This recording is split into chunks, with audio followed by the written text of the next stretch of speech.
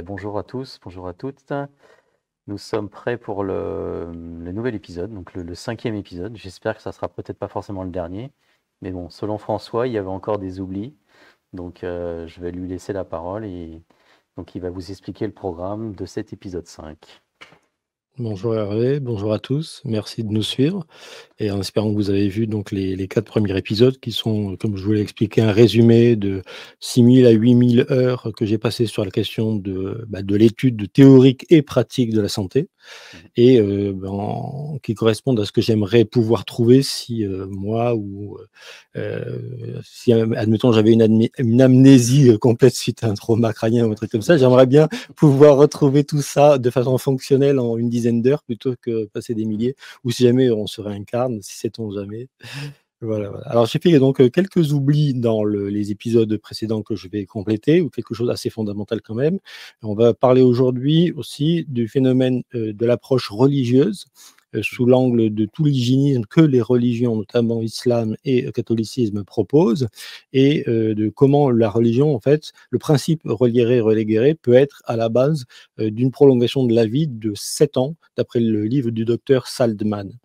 Voilà, donc 7 ans, il a prétendu que c'est possible, et on va voir quelles sont les conditions à remplir. Alors, si vous faites ça que pour vivre 7 ans de plus, on va dire c'est très intéressé. Mais bon, si vous entrez dans le jeu, petit à petit, le jeu peut vous bouffer. Minimum 7 ans, après on peut aller au-delà. Non, mais ça c'est sous l'angle du religieux, c'est indépendamment des régimes, hein. C'est uniquement l'aspect psychologique, ce lien social, etc. Je vais vous parler aussi un petit peu du pourquoi entre guillemets, ce merdier de santé existe, donc les problématiques de l'État pour, on va dire, résoudre certains problèmes qui lui sont confiés, et voilà, et la problématique liée aussi à l'économie, parce que si c'était vrai, ça saurait. Si on pouvait se payer tout ça, on se le payerait tous. Et le problème, c'est qu'on ne peut pas tous se payer tout ce qu'on pense devoir se payer. Voilà. Alors, dans les oublis que j'avais fait la fois précédente, j'avais oublié de parler de, par exemple, la question de la charcuterie. Parce que la charcuterie, en fait, ça a été classé il y a une vingtaine d'années comme 3e cause, toutes confondues, après tabac et alcool, de cancer. Et pourquoi? Alors, est-ce que c'est la charcuterie en soi qui est mauvaise, ou est-ce que ce sont les additifs? Alors, on avait parlé des nitrites. Dans la charcuterie, on avait parlé du sel ajouté, qui est souvent du sel, on va dire, qui n'est pas, on va dire, épuré, comme je l'avais expliqué, là, en mettant de l'eau chaude et en évacuant les saletés. Il y avait la question aussi que dans le cochon, il paraît que tout est bon, mais tout n'est pas forcément, vu que c'est quand même une viande qui a une peau, c'est une bestiole qui a une peau pratiquement comme du plastique, c'est-à-dire qu'il ne laisse pas sortir la toxine, et donc ces toxines rouges s'accumulent. Qui plus est, on suppose aussi qu'il y a souvent des sortes de parasites dans ces viandes. Et un des problèmes aussi, c'est que le gras de porc, quoi qu'on en pense, c'est ce qu'il y a de plus riche pour 100 grammes en vitamine D. Donc voilà, si jamais on est vegan comme moi et qu'on veut faire quelque chose proche du cétogène tout en étant vegan, ça peut être un petit peu compliqué. Et puis surtout, comme les religions abrahamiques le recommandent, s'éloigner des viandes de porc pour éviter évidemment les parasites. Sinon, on va parler aussi de se déparasiter. D'ailleurs, je t'avais passé, si tu peux les préparer ou sinon tu les mettras au montage, le lien, voilà, de quelques petits documents pour, on va dire, tourner sur les antiparasitaires. Parce qu'il ne s'agit pas de prendre que un ou que l'autre, il s'agit de tourner, de se faire, on va dire, 3-4 cures dans l'année, avec des moments ou des périodes où certains des antiparasitaires vont pouvoir nous permettre de ressentir quelque chose et de voir si, en prenant tel ou tel aliment antiparasitaire, j'aime pas ce mot parasitaire, antinuisible, je préfère. Bref, donc si jamais ça résout, on va dire, un problème physiologique, ou ça améliore un petit peu quelque chose, le sommeil, ou une symptomatologie qui serait pas de l'émonctoire qui est nécessaire. Parce qu'il y a des symptomatologies aussi à distinguer entre ce qui est inflammatoire, ce qui va baisser l'inflammation, souvent les oméga 3 et 9, ou bien ce qui est de l'ordre de l'émonctoire. Et là, souvent, le fait d'aggraver le symptôme, c'est une preuve que l'organisme fait de la détox. Mais des fois, les gens se disent, mais c'est quand que c'est fini? Avec 40 ans de poussière dans une maison, alors qu'on n'avait pas d'aspi ni de balai, vous vous imaginez bien que quand on commence le dépoussiérage, ça peut prendre une dizaine, voire une quinzaine d'années. Si jamais on le fait de façon trop violente, là, c'est les allergies et l'encrassement pulmonaire, parce qu'on les remue, ces poussières. Voilà, il faut avoir en image un petit peu ce genre de choses, un peu comme une maison qui n'avait jamais été nettoyée. ou une voiture dont on n'a jamais fait l'entretien parce qu'on n'a pas eu le carnet d'entretien, parce qu'on n'avait pas l'argent pour aller faire les vidanges ou passer le contrôle technique. Bref, on a fait tout sauf ce qu'il fallait par rapport aux prescriptions constructeurs. Voilà. On va parler aussi des conditions sine qua non, parce que quand vous démarrez une voiture, non seulement vous-même, vous vous imposez 2 ou 3 conditions, on va dire, sine qua non, sinon ça ne démarre pas. Notamment ouvrir le portail, par exemple, desserrer le frein à main complètement, parce que des fois on s'aperçoit qu'on l'avait pas complètement, s'il y a un objet qui bloquait une bêtise, c'est arrivé à combien de gens au bout de 400 mètres se dire tiens, c'est bizarre, ah tiens, le frein à main n'était pas complètement décoincé. Bref, et maintenant il y a même le poids des gens qui sont assis en passager conducteur, ou, voilà, ou la ceinture, ce genre de choses. Donc il y a de plus en plus de conditions sine qua non qui pourraient générer, ou bien tout simplement une panne électrique qui serait diagnostiquée par le système d'autodiagnostic. Donc en fait, tout ça, dans notre physiologie, ça existe et les gens l'ignorent. Donc si en comprenant comment ils ont fabriqué un ordinateur, une voiture, ou comment ils font l'entretien de la maison, ils comprennent avec les éléments dont je vais parler aujourd'hui, et ben ils vont se dire, bah tiens, c'est vrai, ça je l'avais pas fait, donc il me manque peut-être tant de vitamine D, parce que je consomme pas de porc et pas de gras de porc, voilà, et donc en fait, ils vont savoir combien et comment il faut compenser. Alors donc voilà, pour la question de la charcuterie, 3e cause, il y a 25 ans de maladies graves, notamment voilà, tout ce qui est AVC. Donc la question, c'est comment on va compenser le fait de ne pas avoir de gras de porc qu'il y a dans le sauciflard. Pour la vitamine D, notamment évidemment la D3. Alors je rappelle que la D3, j'en ai pas parlé, mais elle se prend en complément avec la K2. Alors la K2, moi j'utilise, c'est quoi? C'est les laboratoires Équilibre. Je vois pas très bien. C'est ça.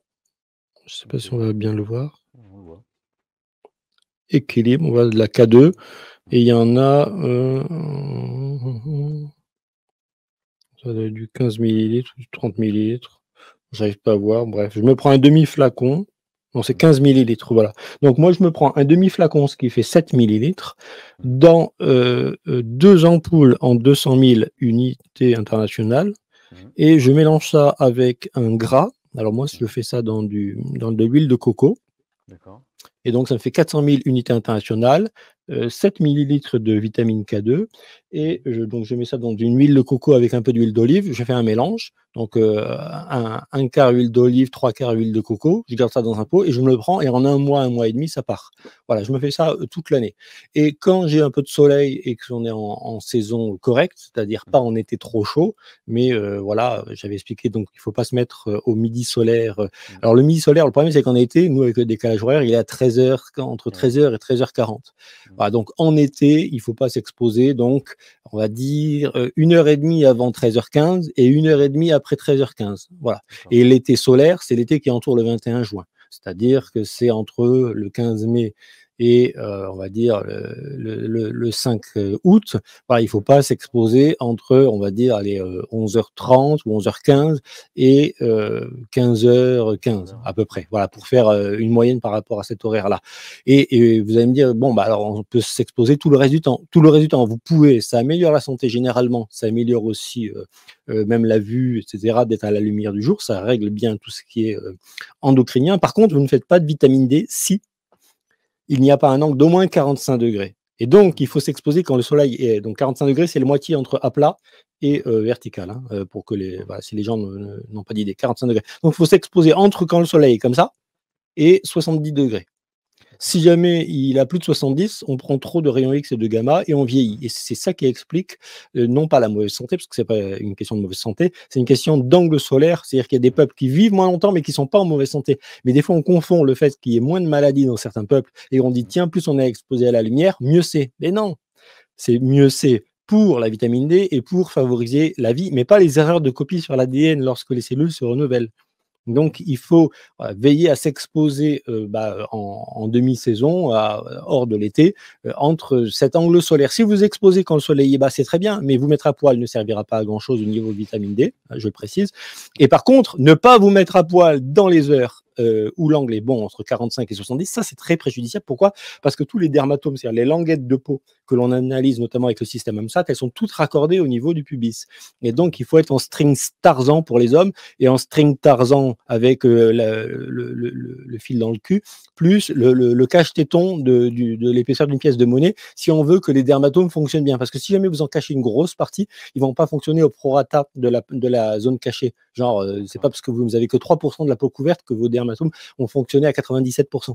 Voilà, donc il faut juste, et puis il faut faire un petit peu le côté, etc. Et ça oblige aussi d'être debout. La plupart, en été, on peut se mettre sur un truc un peu incliné. Sur 70, ça passe bien. Moi, souvent, je me vais faire dehors de la gymnastique en étant au soleil et je me tourne un petit peu de côté. Donc en même temps, je fais gym, mais en même temps, je fais vitamine D, un quart d'heure, une demi-heure. Voilà, un quart d'heure, 20 minutes, ça suffit pour faire en général 30 000 unités internationales si l'angle est bon. Voilà, donc il faut avoir un petit peu une idée. Et il y a eu des livres sur les mégadoses de vitamine D. Alors, en quoi ça pourrait donner un bon résultat? Eh bien, il faut comprendre que comme une partie des problèmes viennent de la question dentaire, puisque le problème de l'occidental, c'est dentaire, outre que le problème de l'occidental, vu qu'il n'a pas accès au frais très souvent par rapport au tropique, c'est qu'il est cuit. Quand on dit tu es cuit à quelqu'un, comme oxyre, c'est cuire, etc., c'est le feu. C'est la cuisson, le feu électrique par l'oxydation, mais aussi la cuisson. Eh bien, j'en étais où là? Je parlais De l'exposition de au soleil. l'exposition au soleil. Attends, là, je me suis perdu. Tu couperas? Non, tu vas pas couper. Non, c'est pas grave. Vas-y, enchaîne. C'est pas grave. Donc, je parlais de l'exposition. Oui, donc pour que ça fonctionne bien, en fait, voilà, il faut qu'il y ait donc le mix D3, K2, exposition, les dermatomes au complet dans cette période-là. Voilà, donc si jamais vous faites ça à d'autres moments, sachez que vous faites peu de vitamine D. Ouais. Et il faut avoir, oui, on parlait des mégadoses, c'est-à-dire qu'il y a des gens qui, en fait, ont utilisé les mégadoses pour que le parodonte se refasse bien près des racines de certaines dents qui, des fois, sont soit infectées, soit dévitalisées. Et justement, ça permet de resserrer l'os, un petit peu comme le font les injections de plasma marin isotonique dans le vestibule ou d'autres types d'injections de produits. Et donc, en fait, certains trouvent une solution lorsqu'ils ont des problèmes dentaires pour éviter ces circulations de bactéries avec les toxines qui sont produites par ces bactéries. Donc pour certains, c'est une grande solution. Et puis pour d'autres, les mégadoses de vitamine D vont pas servir à grand-chose, voire même vont in fine faire de la surcharge rénale. Il faut bien comprendre que la D3, elle passe d'abord dans le foie, elle est transformée, elle passe après dans le rein, elle est transformée, et après elle sert. Donc en fait, elle a deux transformations. Et si jamais on n'a pas un foie et un rein qui sont en bon état, des fois on pourrait faire des grosses cures de vitamine D3, on va dire de pharmacie, ça n'aurait pas, ou même de soleil, et ça n'aurait pas un grand effet. Et comment on va justement nettoyer à la fois le foie et les reins? Eh ben, on en a parlé, c'est la pression, notamment à la prière musulmane, ou le fait de se faire des génuflexions, de s'agenouiller en position fétale, se mettre à genoux et se recroqueviller la tête, le fait de faire pression sur le foie, soit dans des exercices de gymnastique, soit dans la prière musulmane plusieurs fois dans la journée, 5 fois par jour, ou bien de se masser le foie, par exemple. Ce qui permet aussi de libérer le fer pour les anémiques. Je rappelle qu'on a tous autant de fer, c'est juste une question de le libérer, il est bloqué dans le foie. Et pour les reins, il s'agirait, pour les reins, en fait, d'avoir des périodes où on facilite l'évacuation de toxines qui sont, on va dire, présentes de façon récurrente dans les reins. Et pour ça, ce serait de la bonne hydratation pendant des périodes où on va jeûner. Alors là, on peut utiliser par exemple le cycle de la lune. Dans les 2 jours qui précèdent la lune noire, manger 2 fois moins, 3 fois moins. Et le dernier jour, le jour de la lune noire, lui-même, jusqu'à l'heure de la lune noire, soyons précis sur l'heure. Si c'est à 15h, c'est jusqu'à 15h. Si c'est à 18h, c'est jusqu'à 18h. Si c'est à 7h du matin, voilà, ce sera la veille qu'on y pensera. Donc, jusqu'à l'heure, et ça vous trouvez avec des calendriers lunaires, le fait de ne pas manger pendant 24 heures. Et à ce moment-là, vous avez facilité l'élimination et vous avez, en hydratant bien, avec des bouillons de légumes, par exemple, un simple bouillon avec un carré de légumes bio, sans aspartame évidemment, sans glutamate de sodium et votre saloperie, eh bien, vous aurez une évacuation qui va se faire parce que vous aurez mis de l'eau dans votre corps qui va être moins chargé qu'à l'isotonie, juste avec un carré de légumes pour 1 litre d'eau. Et de ce fait, l'eau va pouvoir se charger de déchets et évacuer ces déchets par les reins. Donc, en gros, offrir des périodes de repos rénal à son corps et offrir des périodes de décrassage du foie par le feu. Et le feu, c'est quoi? C'est l'énergie. Donc, c'est le massage, c'est la compression, c'est la dynamique, ou aussi, ce serait peut-être l'amplitude respiratoire pour ceux qui font du travail où ils dilatent le ventre lorsqu'ils respirent. Il y a aussi la question, comme on dit en islam, puisqu'on va aborder la question religieuse, c'est qu'en fait, il faut laisser le ventre, il est fait pour respirer, boire et manger. Les 3 en harmonie. Donc, si jamais on n'a pas des périodes où le ventre est bien creux au niveau des aliments, il n'y aura pas cet effet de respiration avec gonflage et donc pression sur le foie et sur les reins et sur l'ensemble, ce qui permet aussi d'éviter les occlusions quand il n'y a pas ces mouvements dynamiques et du travail abdominal. Elle expire. C'est-à-dire au moment où on expire, d'avoir un resserrement, d'avoir quelque chose qui fait pression. Et ce tout petit effet de relance lors d'exercices respiratoires, lors de gymnastique ou lors de la prière musulmane, ça peut permettre de réactiver régulièrement et le fait qu'on se sente que, bah tiens, on se sent bien, mais c'est surtout cet exercice de respiration qu'on a pu avoir de façon ample parce qu'on n'a pas mangé pendant un certain temps qui permet de faire ça. Et d'où l'intérêt, justement, et l'explication sur la question du jeûne. Pourquoi certains font des jeûnes pendant 15 jours, 3 semaines d'un seul coup, comme par exemple, comment il s'appelait, le Canadien, là, il s'appelait, bon, ça va me revenir. Il y a un Canadien, belgeo-canadien, là, qui fait des vidéos sur la réinfosphère, qui avait fait des vidéos. Bon, ça va me revenir. La chance, non? Non, un gars qui était scientifique à la base. Bon, c'est pas grave. Bref, il s'est lancé dans un jeûne de 15 jours ou 3 semaines, comme ça a fonctionné du premier coup. Puis il y en a d'autres, ça va pas fonctionner. Et donc, il vaudrait mieux, justement, pour tous ceux qui ont déjà des soucis de santé, d'offrir 1 ou 2 jours de jeûne par mois. Et ce sera peut-être plus efficace, même pas peut-être, certainement, qu'un ramadan ou qu'un carême avec une grosse quantité de jours. Parce que, voilà, si vous avez jamais fait de jeûne de votre vie, il vaut mieux faire un jour de jeûne complet, le jour qui précède la lune noire, et les 2-3 jours avec des bouillons de légumes et une diète à 1/3 de ce que vous mangez habituellement pendant 2 ou 3 jours, histoire de favoriser les émonctoires. Et vous faites ça pendant 1 an, 2 ans, et vous allez faire un petit peu plus pour le cycle rein, cette chose-là en hiver et au début printemps, et vous ferez éventuellement un peu plus ce qui a été dit pour le foie, notamment le massage ou les exercices de compression à la fin de l'été et à la diète d'automne. Et à ce moment-là, vous pourrez faire peut-être des cures qui vont décrasser le foie. Vous trouvez des cures détox foie, voilà, à ce moment-là pour la période à la fin de l'été, début d'automne. C'est le fait d'utiliser en fait ces cycles pour amorcer un truc où en fait on se sent bien, on fait une routine, un peu comme passer le balai 1 fois par mois, tu vois? Et à la fin tu te dis: «Tiens, c'est mieux, j'ai pas enjambé des kilos de poussière». Voilà, c'est ça l'idée, globalement. J'avais oublié de parler aussi de l'ajout de zinc. Voilà, parce que quand on dit à quelqu'un: «Je vais te tuer», on dit: «Je vais te dézinguer». Donc, ce qui prouve qu'avant, je sais pas si tu avais connu les vieilles 4L ou les vieilles Dedoche, où en fait on mettait une plaque de zinc, quand elle commençait à rouiller, on allait coller une plaque de zinc sur le capot, et cetera. Pourquoi? Parce que le zinc allait absorber les phénomènes d'oxydation qui se produisaient avec le vent, la pluie, le rayonnement cosmique et les phénomènes, on va dire, d'électrisation via l'air ou l'air chaud. Voilà. Donc en fait, avec du zinc, on peut baisser l'oxydation. Donc le zinc, les sources, c'est les huîtres. Alors il faut qu'elles soient fraîches. Ça peut être le pain complet, mais le pain, on va voir qu'il faut surtout pas de blé moderne, évidemment. Donc pour éviter la glycation et le phénomène de ces sucres et de cette caramélisation interne, évidemment, tout ce qui est blé moderne, vous évacuez, fuyez ça comme de la peste, évidemment. Ça, je vous renvoie vers le docteur Sélignalé. Sinon, il y a le pépin de courge ou l'huile de pépin de courge, voilà, qui est riche en zinc. Vous trapez source de zinc, sinon il y a la levure, le germe de blé, il y a plein d'aliments qui sont riches en zinc. Soit vous en prenez beaucoup, soit on en avait parlé, donc on pourrait vendre sur ton site une poudre qui permettrait d'avoir des apports, même si on en prenait, on va dire en cure, 100% de la dose recommandée, et après en sorte de tiers de cure un petit peu de temps en temps, ça permettrait d'avoir les AJR qui seraient certifiés par l'alimentation plus cette poudre. Et en fait, c'est ça qu'il faut faire. Il y a des poudres à utiliser en tant que complément. Il faut les prendre en cure pendant 2-3 semaines, histoire de perdre du poids, de prendre confiance dans le fait que ça fonctionne, etc. De voir que notre faim, c'est pas toujours lié à notre baisse d'énergie et qu'il y a plusieurs faims différentes. Il y a la faim du volume stomacal, etc. Et qu'on peut apprendre à l'échelle de sa vie à gérer sa faim en fonction de si j'ai faim, si j'ai sécrété et avalé de la salive, si je ne l'ai pas dilué en buvant pas assez, par exemple, ou si j'ai des efforts à produire, ce ne sera pas la même faim. Ce sera une faim sanguine par rapport à la charge de glycogène en réserve dans les muscles,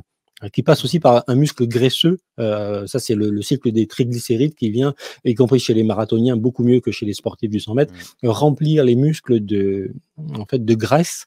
Et cette graisse va permettre de fournir de l'eau. C'est-à-dire qu'en fait, on va fabriquer de l'eau par le cycle de la graisse comme le chameau. Voilà. Donc, faut imaginer qu'en fait, vous allez peut-être apprendre à régler votre organisme avec ces expériences et que vous allez trouver vos vérités pour vous en fonction de votre IMC, de votre tempérament. On avait dit en ayurvédique Vata, Pitta, Kapha, hein, que vous soyez maigre, que vous soyez large de torse ou que vous soyez un peu en forme de poire pour le bas, et avec donc les lourdeurs énergétiques ou la légèreté qui est induite par ces 3 tempéraments-là. Et puis peut-être après, vous allez réussir à rééquilibrer tout ça. Donc ça, c'est aussi une vision à la fois spirituelle et comportementale, puisque chacun de ces tempéraments est lié à une façon de s'exprimer qui peut être différente. Par exemple, les Vatas comme moi, maigres, ils vont parler vite. Et donc, souvent, ce sont les brahmanes, ce sont les gens qui parlent, parce qu'ils doivent parler aux gens, ils doivent expliquer assez rapidement, pas y passer non plus des siècles, et à diluer ça. Voilà, donc en fait, c'est chaque fonction voilà, va donner une caractéristique de tempérament et inversement. Chaque tempérament pourrait mieux s'associer à une fonction dans la société. Et donc, partant de là, eh bien, vous allez apprendre à réguler votre appétit, mais votre appétit lié à des besoins précis. Donc évidemment, on ne mange pas la même chose si on a un marathon à faire ou 3 déménagements costauds à faire dans les 15 jours. Dans les semaines qui précèdent, on ne mange pas la même chose que si on fait comme moi, juste de la musique, du piano, du marimba, ou qu'on est tranquille, voilà, en termes de difficultés motrices. Voilà, si on est dans le bâtiment, voilà, on ne fait pas les mêmes diètes, hein, on adapte évidemment sa charge calorique. Voilà, tout ne se vaut pas. Voilà, donc si jamais il y a vitamine D, K2 et zinc, plus un bon état du rein et du foie, on sait que on va pouvoir la fixer.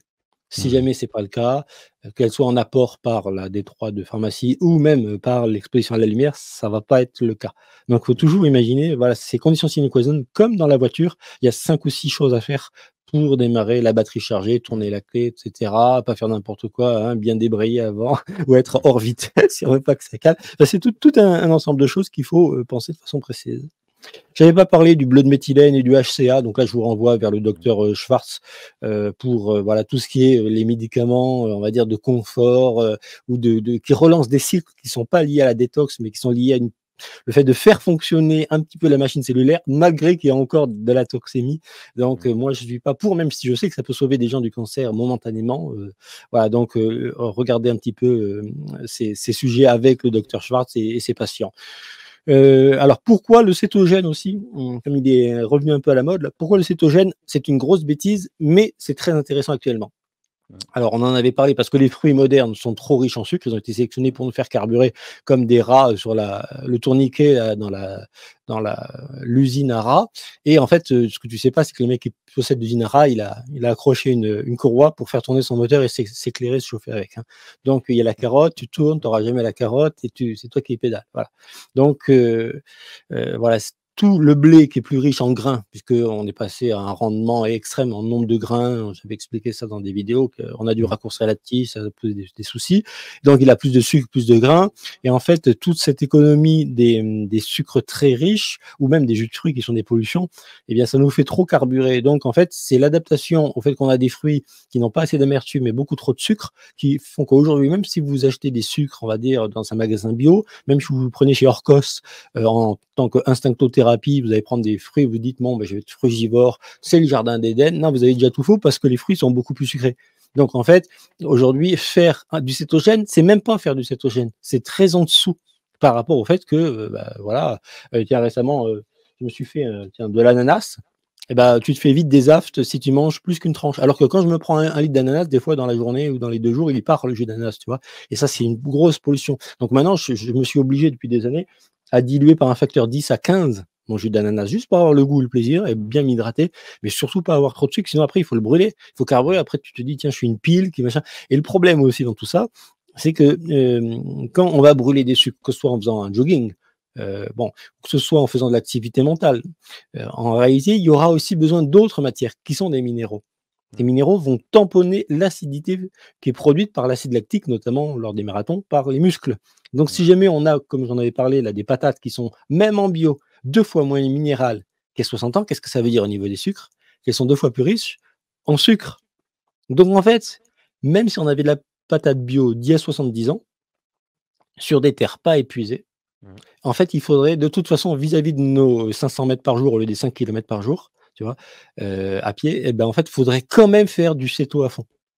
Donc le problème, c'est qu'en fait, il faut faire du demi ou 2 tiers céto toute l'année avec des périodes d'hyper céto pour compenser ça. Sans même parler de la B17 et d'aller prendre de l'huile de nigel, des amandons d'abricot, l'amande à l'intérieur du noyau, et ce genre de choses de temps en temps pour, dans les périodes justement de lune noire, les 3 jours là où on fait la diète, à ce moment-là, utiliser de la B17 et la saveur amère, les endives ou la scarole, ou voilà, toute cette saveur amère, ou l'huile de pépins de pamplemousse, citrobiotique, il y a pas mal de marques qui sont bien, j'en avais parlé, bon, c'est pas la peine d'en reparler. Mais donc, en fait, de prendre cette saveur amère, cette saveur amère, parce que je viens de regarder un film de Louis de Funès, justement.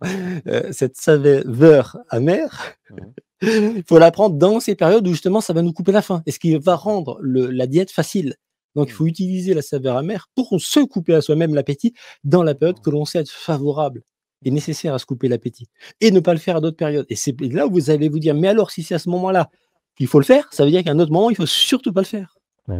Eh ben oui, et c'est pour ça qu'un Thierry Casasnovas ou je ne sais qui va organiser un cycle, un jeûne, si jamais il fait certaines périodes, il va avoir des bons résultats, 70% de gens satisfaits, etc.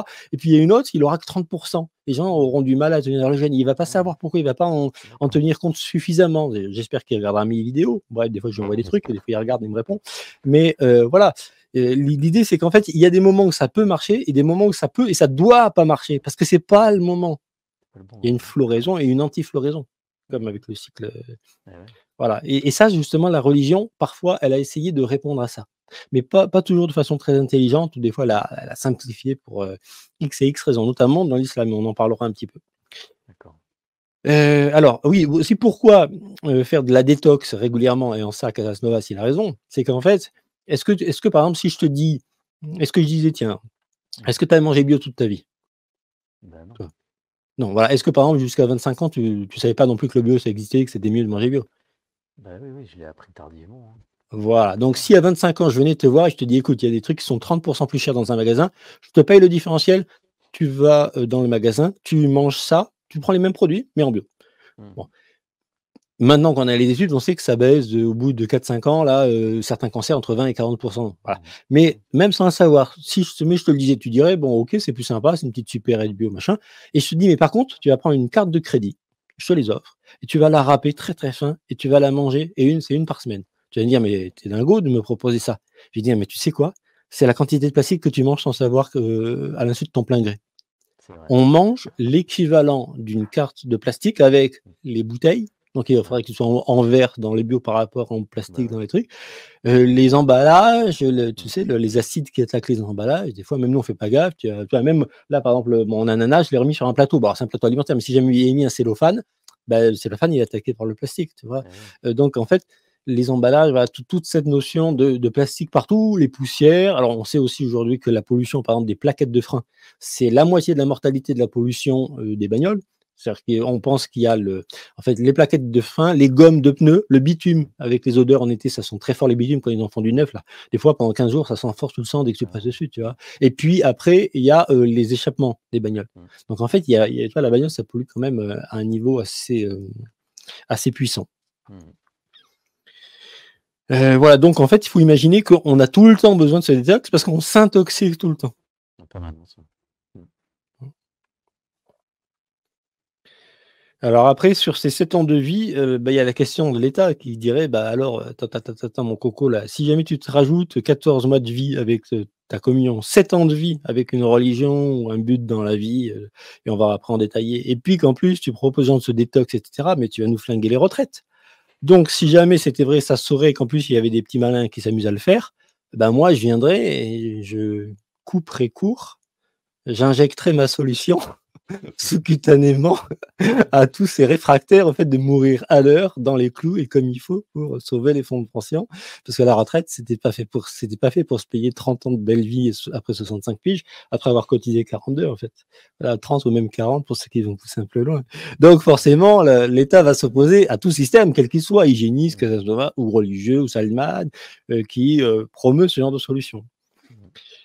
Voilà. Je voulais vous parler aussi, j'en ai parlé un peu avec le docteur, avec Casasnovas pour ses stages, mais il y a eu un bioélectronicien que je vais citer, donc c'est José Girald González, qui a fait un livre sur la bioélectronique, et lui, il a voulu voir si, on va dire, on pouvait capitaliser de l'antioxydant. Alors, en bioélectronique, on voit qu'il y a des choses qui nous oxydent et des choses qui nous antioxydent ou qui nous réduisent. C'est-à-dire, en gros, qui nous font charger les électrons. Et on sait que c'est lié à des cycles, notamment le repos la nuit, hein, le fait d'être allongé, la colonne est allongée, etc.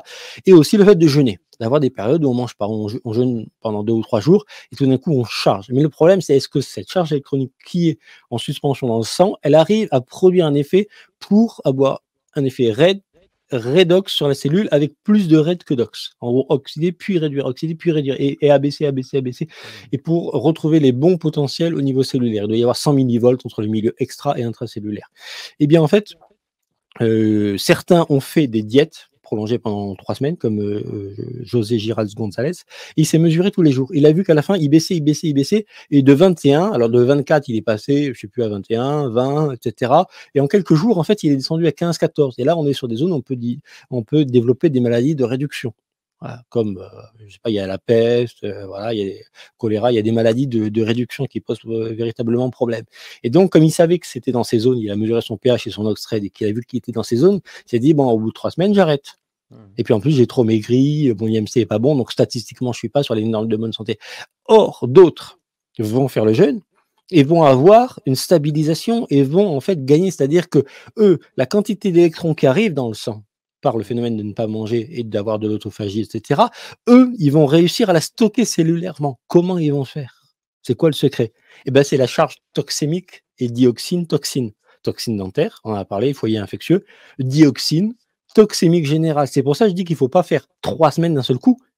Il vaut mieux faire pendant 5 ans, 1 à 2 jours par mois de diète, en lune noire pour commencer par le cycle rein, puis faire une demi-journée pour le cycle feu, aux périodes adaptées, donc pour le foie, c'est-à-dire le jour de la pleine lune, exactement au moment de la pleine lune, vous vous offrez une douzaine d'heures sans manger, et puis vous faites une petite cure de jus de citron, voilà, histoire que ça décrasse le foie, et que là, le foie va pouvoir fonctionner, se décrasser un petit peu, ça va relâcher le fer, ça va bien nettoyer. Alors quand je dis jus de citron, dilué toujours par facteur 20 dans de l'eau, hein, bien sûr.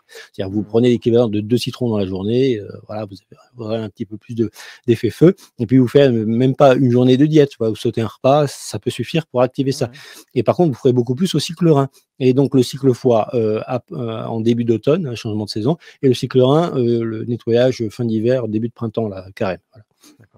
Et pareil, donc pleine lune pour le cycle foie et lune noire pour le cycle rein. Et quand vous aurez fait comme ça un cumul, on va dire, de l'équivalent en réduction d'alimentation foyer, il faut rentrer tout doucement, hein, vous n'allez pas faire le premier jour avant la lune noire ou 3 jours avant la lune noire, vous n'allez pas faire un jour complet de jeûne, vous allez faire sauter un petit peu, baisser le repas par 2, par 3, et puis enlever, faire baisser le glucose, donc faire du céto complet dans cette période-là. Vous voyez, donc vous allez en fait sauter peut-être en 3 jours l'équivalent de 1 jour et demi de repas ou 2 jours. Vous voyez, vous allez étaler ça sur 3 jours et demi en y entrant pour l'arrêter à ce moment-là. Et peut-être que par mois, vous allez vous sauter l'équivalent de 3 ou 4 jours de repas. Ou d'équivalent repas glucose. C'est-à-dire vous allez quand même manger, mais des œufs. Vous allez manger 2 œufs par jour dans cette période-là. Et puis le reste, en cétogène, moi je me fais toujours 2 œufs par jour. Hein. Voilà, il n'y a aucun souci, sauf si vous avez une hernie hiatale ou vous avez un souci particulier. Bon, là, effectivement, il faut faire attention. Donc, si vous êtes sensible à ce genre de choses. Mais sinon, voilà, tout le monde peut se faire 1 à 2 œufs par jour, les doigts dans le nez, œufs durs, voilà. Et ça peut permettre d'avoir une charge qui n'est pas calorique et qui n'est pas glycogénique, si je puis dire. Ça, c'est très, très utilisé dans le céto. Voilà, donc en gros, au lieu de vous faire 20 jours de jeûne et d'avoir votre RH2 qui descend à 15 alors que l'idéal c'est 21, eh ben vous allez tout le temps vous le remettre de 24 à 22, 24, 22, 24, 22, et là, ça va se stocker au niveau cellulaire. Et au bout de 5 ans ou 3 ans que vous aurez fait ça, vous attaquez, comme je l'ai fait, vous attaquez un jeûne de 10 jours, 15 jours, et vous y entrez progressivement, et vous en sortirez aussi en douceur. Et là, vous allez le faire en période de carême, dans le cycle, rein pour commencer. Donc, vous allez faire, par exemple, dans les 3-4 jours qui suivent la pleine lune, et vous l'arrêterez au moment de la lune noire. Voilà. Et vous y entrerez en souplesse, et vous allez vous faire entre 7 à 10 jours. Peut-être vous ferez 3-4 jours la première année, la deuxième année, vous ferez 7-10 jours. Et quand vous aurez fait 2 ou 3 cycles de 10 à 15 jours comme ça, en réduction à la fois céto et au début, puis totalement jeûne pendant 7 à 10 jours, pour ceux qui ont soit de la surcharge pondérale, bien sûr, vous surveillez votre IMC, ou des cancers ou des maladies où l'autophagie présente statistiquement une aide à la survie, à ce moment-là, Vous referez ça peut-être une fois tous les 2 ou 3 ans, comme ça 10 jours de diète et là l'autophagie va vous bouffer, des tumeurs qui redémarraient et cetera. Ouais. Voilà, c'est une technique, mais il faut le faire dans le cycle, rein et en période carême et carême, avec les bonnes dates, c'est-à-dire, voilà, avant fin avril et dans les 10 jours qui précèdent une lune noire et là, vous allez D'accord. optimiser et quand vous aurez fait ça un certain nombre de fois, après vous pourrez passer sur un cycle foie pour dégorger le foie et l'aider. Sinon le jus de citron, peut suffire et Mmh. un seul jour de diète en lune pleine peut suffire pour dégorger le foie, hein. 2 citrons dans la journée, Ouais. voilà, 2 œufs, ça suffit pour remplacer les repas de la journée et puis juste un jour de diète, ça suffit largement. Le foie, en fait, il est tellement dynamique qu'il Mmh. se nettoie beaucoup mieux que les reins. Les reins, ça peut être un peu chargé et alors après, si jamais vous avez peur de vous allez me dire: «Mais mon IMC», par exemple, moi, j'étais très maigre et avant d'extraire les toxines dentaires et les dents dévitalisées, un jour de diète était égal à 1 kilo perdu. Donc, comme j'étais déjà à 58,5 pour 1,83 m, j'étais en danger. Donc, en fait, je ne pouvais pas faire ce genre de choses. Donc là, ce qu'il faut faire, c'est de l'hyperhydratation dynamique. Donc, vous prenez votre bouillon de légumes, 1 litre, vous agitez pendant 40 secondes, vous déglutissez une fois qu'il y a beaucoup d'air, que c'est de la mousse. Il y a tellement de bulles d'air, ça vous fera l'équivalent d'une sorte d'ozonothérapie ou d'eau oxygénée. Ça va mettre de l'oxygène sous pression. Et c'est là où j'en avais pas parlé. Ça peut remplacer aussi un petit peu les effets. Eh bien, les effets des caissons hyperbares. Alors, les caissons Ouais. hyperbares, il y a des caissons hypobares pour certaines maladies, d'autres hyperbares, qui sont utiles pour le cancer ou certaines maladies. Mmh. Ça vient des statistiques qui ont été faites sur les plongeurs, sur les trompettistes ou les oboïstes ou les cornistes, hein, les Mmh. instruments avant, ils ont de la pression dans la tête, etc.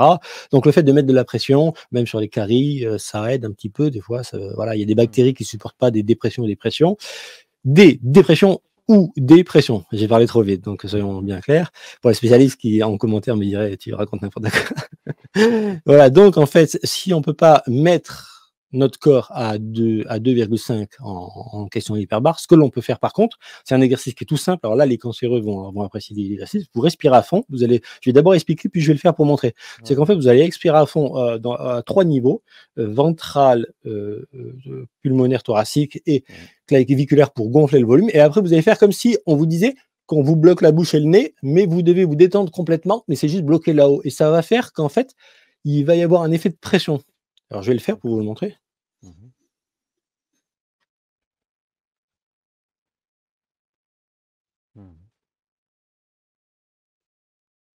Mmh. Alors, pourquoi j'ai lâché? J'ai montré que j'étais détendu et que si quelqu'un instantanément me débouchait le nez, l'air allait sortir. Mais moi, ce que je fais, c'est que je le fais avec la luette, évidemment. Donc, moi, je me gonfle. Je bloque ici avec la luette et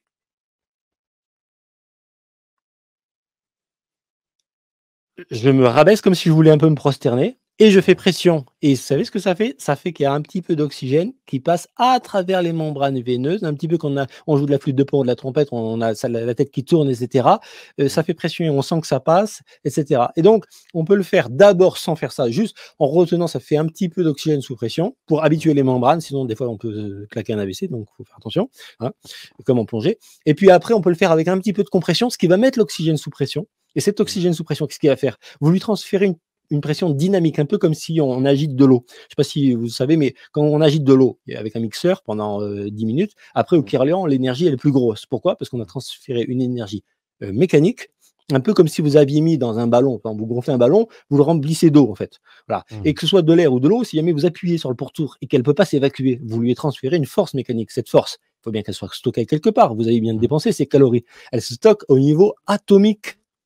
Mmh. Donc, vous allez pouvoir transférer sans aller dans un caisson hyperbar qui vaut 12 000 €, et cetera, qu'on va vous faire payer 45 € la séance d'1 heure, je sais pas Mmh. quoi. Là, vous le faites sur vous. Alors, vous n'aurez pas de 2,5 kg de pression. Oui, et on s'en fout. Vous l'avez tous les jours et vous pouvez faire une séance d'1 quart d'heure tous les jours. Mmh. Ou moi, je le fais dans certaines circonstances où je suis bloqué. Ça peut être l'autobus. Moi, des fois, je suis bloqué en position assise quelque part. Je me fais des exercices respiratoires. Et c'est gratuit. C'est l'avantage. Et là, déjà, j'ai la tête qui tourne comme quand je joue de la flûte de Pan, par exemple. Mmh. D'accord. Donc voilà. Et donc c'est là où je sais qu'il y a eu de l'oxygène sous pression qui a traversé un peu les membranes non, cérébrales, et cetera. Et après, vous pouvez le faire en ayant dilaté, en ayant bloqué et en écrasant le volume. Et là, vous allez fabriquer de l'oxygène hyperbare. Et vous allez doser au début, vous le ferez quelques fois, genre pendant 2 ou 3 minutes. Ça va vous saouler dans le sens que vous aurez vraiment la tête qui tourne. Comme j'ai eu des élèves à qui j'ai fait faire de la flûte de pan en 6e. Les petites étoiles partout là. Voilà, on voit les petites étoiles. Et en fait, le dirlo, il est venu se plaindre en disant: mais qu'est-ce que vous leur faites faire? De la flûte de pan. Ah oui, c'est pas la flûte à bec avec les trous. Hein. Là, il faut mettre de la pression et la flûte de pan, tu envoies de l'air. Hein. Crois-moi que tu as vite la tête qui tourne. Tu vois le truc, tu dois gérer ta respiration. Pardon. Voilà, donc ça fait partie des petits exercices qui fait qu'en fait, on peut remplacer un caisson hyperbare par l'agitation de l'oxygène dans l'eau avec 40 secondes d'agitation en 8, là, hein, avant de déglutir chaque gorgée, ça prend 1 heure, on regarde un film, ou avec ce système hyperbare, et ça fonctionne. Mais ça fonctionnera d'autant plus pour relancer le fameux cycle, un peu comme le HCA ou le bleu de méthylène, le cycle OX-RED, que si en plus on est dans une période de jeûne où là, le fait d'avoir une réduction plus forte peut permettre d'engrammer, parce qu'on a sorti des toxines, des dioxines ou des toxines bucco-dentaires, tout un tas de saloperies, et qu'on est en période de décharge rénale.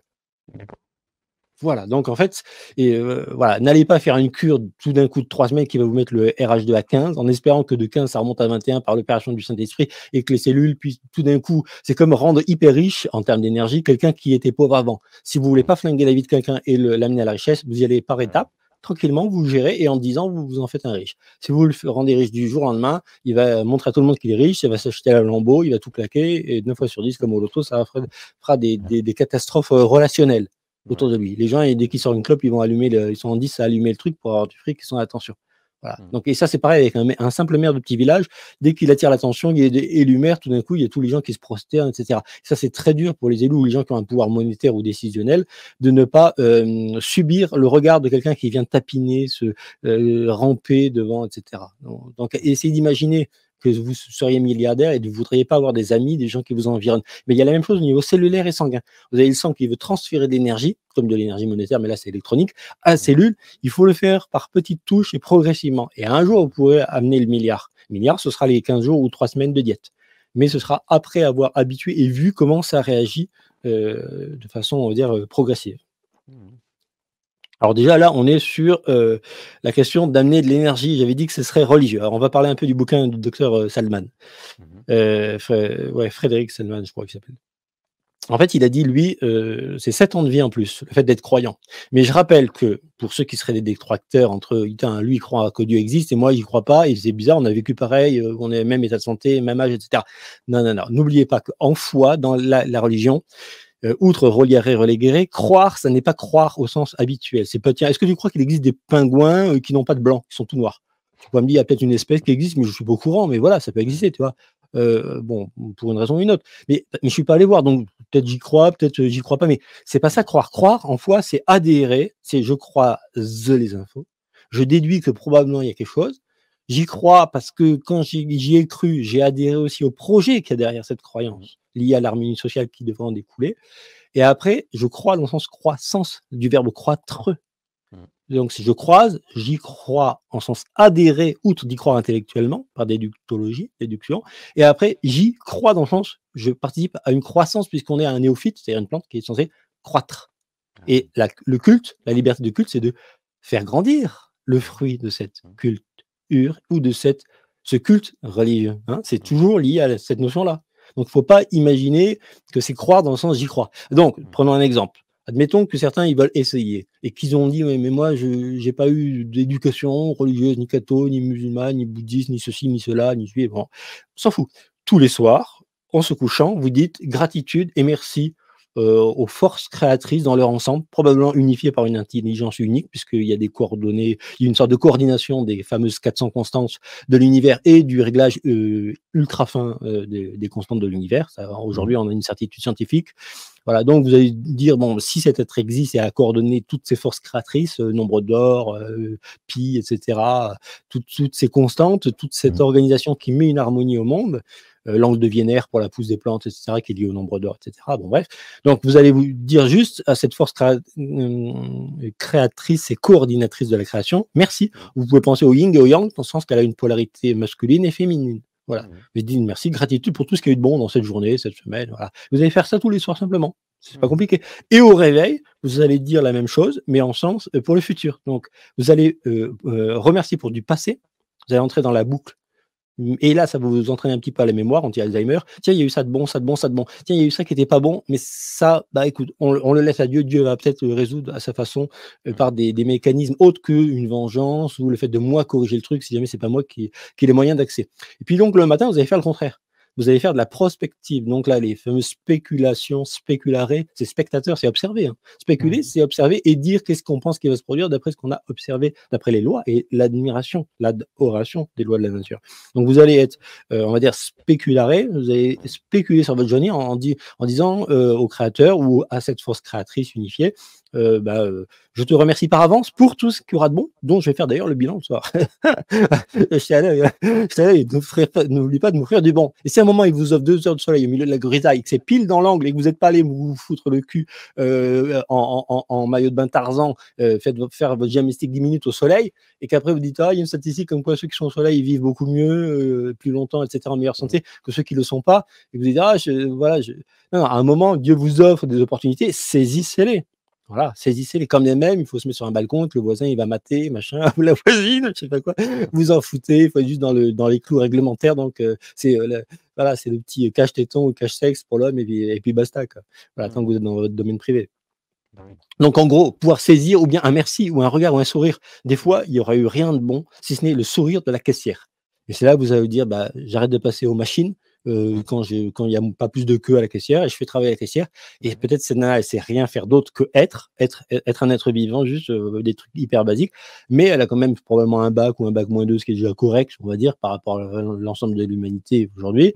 Et peut-être elle va me faire un sourire, peut-être elle va avoir l'impression réelle ou non qu'elle me rend un service, et que par juste le fait qu'elle va témoigner d'un sourire, du fait qu'elle arrive à se maintenir malgré le cul sur sa chaise, peut-être en forme svelte et en bon état, ou si jamais elle est grosse parce qu'elle a le cul sur la chaise, et que malgré ça, elle garde le sourire, elle garde une bonne humeur, ou elle présente un contact agréable, là, c'est quelqu'un qui fait un effort d'une certaine façon, donc qui remplit un dîne, un devoir, comme on dit chez les musulmans, hein. Et donc, voilà, c'est pas un devoir conjugal comme faire son dîne, mais c'est un devoir de, même si ça va pas toujours, d'essayer de présenter quelque chose d'agréable. Et là, il y a quelque chose de religieux, et quelque chose de social, de sociabilisant qui va se mettre en place. Et là, on entend les fameux 7 ans. Hein, pas le chéton, hein, 7 ans de vie en plus. Attention. Voilà. Donc, juste ces 2 attitudes-là. Alors, pour ceux qui sont d'une religion, vous pouvez juste faire une prière tous les soirs, voilà, une prière sur la polarité masculine et féminine, ou les 2 en même temps, comme vous voulez. Il existe le Notre Père pour la polarité majoritairement masculine chez les cathos, avec l'Ave Maria, je vous salue Marie pour les cathos, pour la polarité féminine, ou bien simplement la Fatiha pour les musulmans, avec la prière, ça suffit. Eux, ils le font évidemment en position dynamique, avec un stade dynamique. Ce qui est aussi intéressant de considérer qu'il y a une gestuelle chez les musulmans, qui est dans des fois les coptes ou les maronites, parce qu'une gestuelle qui dit que la foi n'est pas faite pour ne pas être appliquée. D'où il est impossible de prier statique, alors que les religieux cathos, eux, ils imaginent que peut-être en devenant des saints, ils vont avoir je ne sais quelle capacité comme les grands saints, c'est-à-dire ils restent là et puis le miracle se produit. Oui, ça arrive, mais une fois sur 1 million ou 20 millions. Voilà. Donc Saint Charbel ou Padre Pio, tout le monde voilà, ne fait pas ce genre de choses.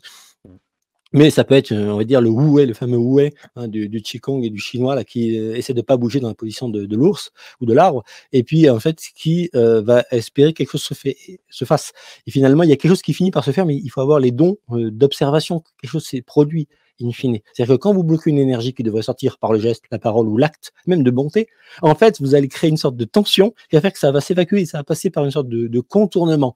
D'où aussi l'intérêt dans la prière, comme on le dit à la fin des messes catholiques, c'est qu'on porte la communion dans des petits reposoirs pour les malades qui n'ont pas pu se déplacer. On dit porter la communion, le corps du Christ, à nos frères malades, demandez-leur de prier pour nous. C'est-à-dire que le malade, il ne doit pas prier pour sa guérison, pour lui, pour son cul, quoi.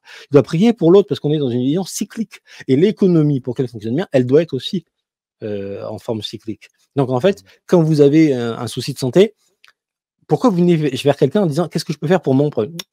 Qu'est-ce que toi, tu peux faire pour l'autre, l'État, le commun, le bien commun, autrui, celui qui est encore dans une situation pire que toi. Et une fois que tu as fait un petit comme ça, tu as amorcé une boucle. Et là, tu auras une force libératrice qui peut te libérer pour avoir la légitimation de pouvoir consacrer du temps à faire quelque chose de bien pour toi. Sinon, il y aura des facteurs de blocage et tu vas dire, tiens, c'est bizarre, ça fait 1 an, je suis pas allé bronzer au soleil pour prendre de la vitamine D, je suis pas allé dans tel magasin bio alors qu'en fait, il y aurait qu'un détour de 500 mètres à faire, etc. Et vous allez vous apercevoir que vous aurez fait des choses qui vont vous mettre sur ce chemin et que vous êtes autorisé d'une certaine façon, voilà, ces petits écarts pour avoir quelque chose où vous avez peut-être rencontré des gens qui vont donner des infos cruciales, des produits qui n'étaient pas dans tel ou tel autre magasin, etc. et qui en fait vont vous éviter tout un tas de petits soucis, soit rapidement, soit au bout d'un certain nombre d'années, parce que vous lirez de 15 ans après que tel produit consommé régulièrement, comme la choucroute ou le ferment cadre ou je ne sais quel produit bio fermenté, miso, soyou, etc., que vous aurez dans un magasin plus qu'un autre ou sans les additifs salopés de la grande distrib, eh bien vous allez vous apercevoir que oui, ça traite la radioactivité résiduelle par exemple, et que c'est très utilisé. Voilà, donc et vous le saurez pas et vous aurez pris de ces produits. Est-ce que tu as des questions par rapport à tout ce que j'ai dit? Je vais continuer un petit peu, mais j'aimerais un peu. Je t'écoute religieusement, moi. Oh, carrément? Des questions. Oh, mais je suis sûr quand même que tu dois te poser quand même des. Bon, voilà, on va faire alors, on fera peut-être un épisode complet, 2 heures de questions-réponses, avec aussi des intervenants à la fin. Alors, donc je vous ai dit que si vous pouviez faire votre période de carême de façon corrélée à la Lune, après vous y êtes préparé, ce serait pas mal. En termes aussi d'idéologie, si vous arriviez à sortir de l'idéologie qu'on vous a implanté dans le subconscient depuis que vous êtes né, à savoir qu'il existe un médicament pour une maladie et que si vous n'avez pas un symptôme, c'est que vous n'êtes pas malade. Ça, c'est totalement faux, évidemment. Hein, il y a pas. Et c'est par contre, c'est idéal pour Big Pharma parce que plus vous inventez le nom pour une nouvelle pathologie que vous avez, plus vous créez un médicament non seulement dédié, mais vous interdisez au niveau des replacements des vieilles molécules, comme s'en plaint Didier Raoult, qu'un médicament pour une certaine pathologie, genre la quinine ou l'hydroxychloroquine, là, voilà, ou l'ivermectine, pour, il faut faire gaffe aux mots-clés, pour une certaine maladie, ne soit utilisée pour une autre alors qu'elle pourrait avoir des effets intéressants. Eh oui. Voilà. Donc, on vous mettra, par exemple, au montage, un tableau avec des déparasitoses possibles, avec à base d'oignons, de moutarde, voilà, du brou de noix, ce que vous voulez. Il y en a plein. Il y a l'ivermectine. Voilà, moi, en ce moment, je suis à la nigelle. Ça fonctionne bien aussi. Et il y a l'armoise vulgaris, et pas l'annua. Elle fonctionne très bien aussi en tant que déparasitaire. Ouais, il y a peut-être moins de quinine que dans l'annua, mais on s'en fout. Fonctionne très bien. Et elle est beaucoup plus disponible et moins chère aussi. Voilà, donc on mettra un tableau complet et puis vous pourrez tourner. Tout en sachant que des fois, il y en a qui sont des aliments comme l'ail ou l'oignon, et que l'oignon, on peut prendre des fois un oignon par jour. Moi, je me fais facilement un oignon par jour en équivalent de conso. Un oignon. Et en plus, pas cuit. Je le mets à entre 50 et 60 degrés en fin de cuisson, coupé en lamelles, ce qui fait qu'il micro-cuit, mais il arrache la gueule. Moi, je mange de l'électricité. Si je vous disais ce que je mange, je vous l'ai déjà dit, mais je mange souvent de l'électricité, ça me fait repousser les poils blonds. Hein. Ne croyez pas que c'est pas le fruit d'une haute dose de curcumine nano transformée par le citron, etc. Hein. C'est voilà, c'est une science tout simplement. Il suffit juste de l'appliquer aux bonnes doses pour pas gaspiller son fric et en même temps avoir le minimum utile. Je voulais vous parler aussi des travaux de Kervran. Pour ça, on va faire ça. Non, je garderai ça pour après, parce que là, c'est un peu trop mathématique, ça va saouler les gens, je pense. Au niveau pratique, les gens qui nous regardent vont peut-être se dire, tiens, qu'est-ce que je peux faire dans tel ou tel cas de ma pathologie à moi? Alors, je n'avais pas parlé d'un cancer qui atteint souvent les femmes, le sein. Cancer du sein, évidemment, il existe maintenant des soutifs qui sont en fait des morceaux de silicone qui permettent de ne pas serrer. Il existe des soutiens-gorge sans serrer ou des faux soutiens-gorge, uniquement des trucs de silicone qui collent et qui tiennent. Sinon, il y a le fait aussi d'utiliser de la cacahuète, l'arachide. L'arachide, il faut savoir que même si elle n'est pas top au niveau tour de taille, soi-disant, ou consommée régulièrement, elle contient une lectine qui va agglomérer les cellules du cancer de sein lorsque les T4 vont pouvoir faire, les lymphocytes T4 vont pouvoir faire leur travail.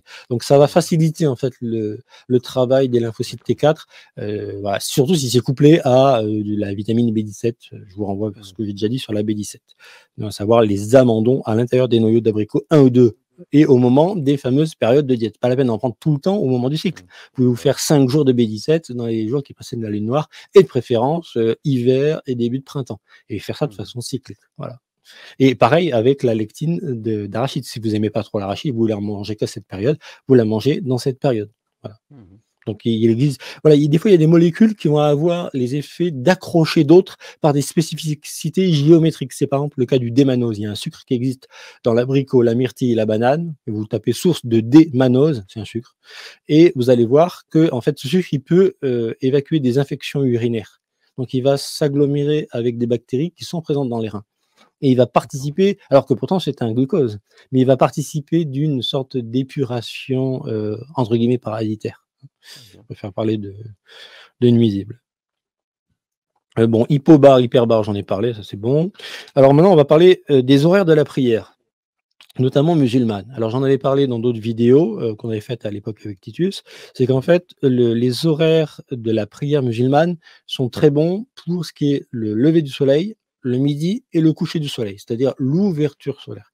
Et ce sont des moments absolument phares, ces moments-là. Donc, si jamais dans ces moments-là, vous êtes spécifiquement au calme, ou on va dire si vous n'êtes pas dans le stress de devoir courir vite, à ces moments-là, mais je parle bien de ce moment-là précis. Je ne parle pas une heure avant ou une heure après, et du lever théorique sur le moment de l'horizon. Donc, si jamais vous téléchargez un tableau avec horaire de prière pour les musulmans qui vivent par exemple autour de Grasse, vous avez des horaires par rapport au lever du soleil exact. Et en fait, vous allez vous apercevoir que vous n'avez pas les mêmes horaires que des gens qui sont un peu plus au nord. Vous voyez, il y a un lever qui est vraiment calculé. Et vous allez vous dire, mais alors, François Blaise, il a oublié de nous dire que si on est à Roubaix, pour les horaires de vitamine D, c'est pas les mêmes. Exactement. Vos horaires de vitamine D, eh bien, ils sont un peu plus resserrés. C'est-à-dire que vous, vous attendez aussi le 45 à 70 degrés, mais ils vont pas venir. Et vous, votre période d'été caniculaire, elle est beaucoup moins longue. Donc vous, c'est pendant, on va dire, 20 jours qu'il faut pas vous exposer au midi solaire, c'est-à-dire aux 13h15 de nos horaires d'été français. Alors que nous, moi, j'y suis sur la Côte d'Azur, c'est beaucoup plus.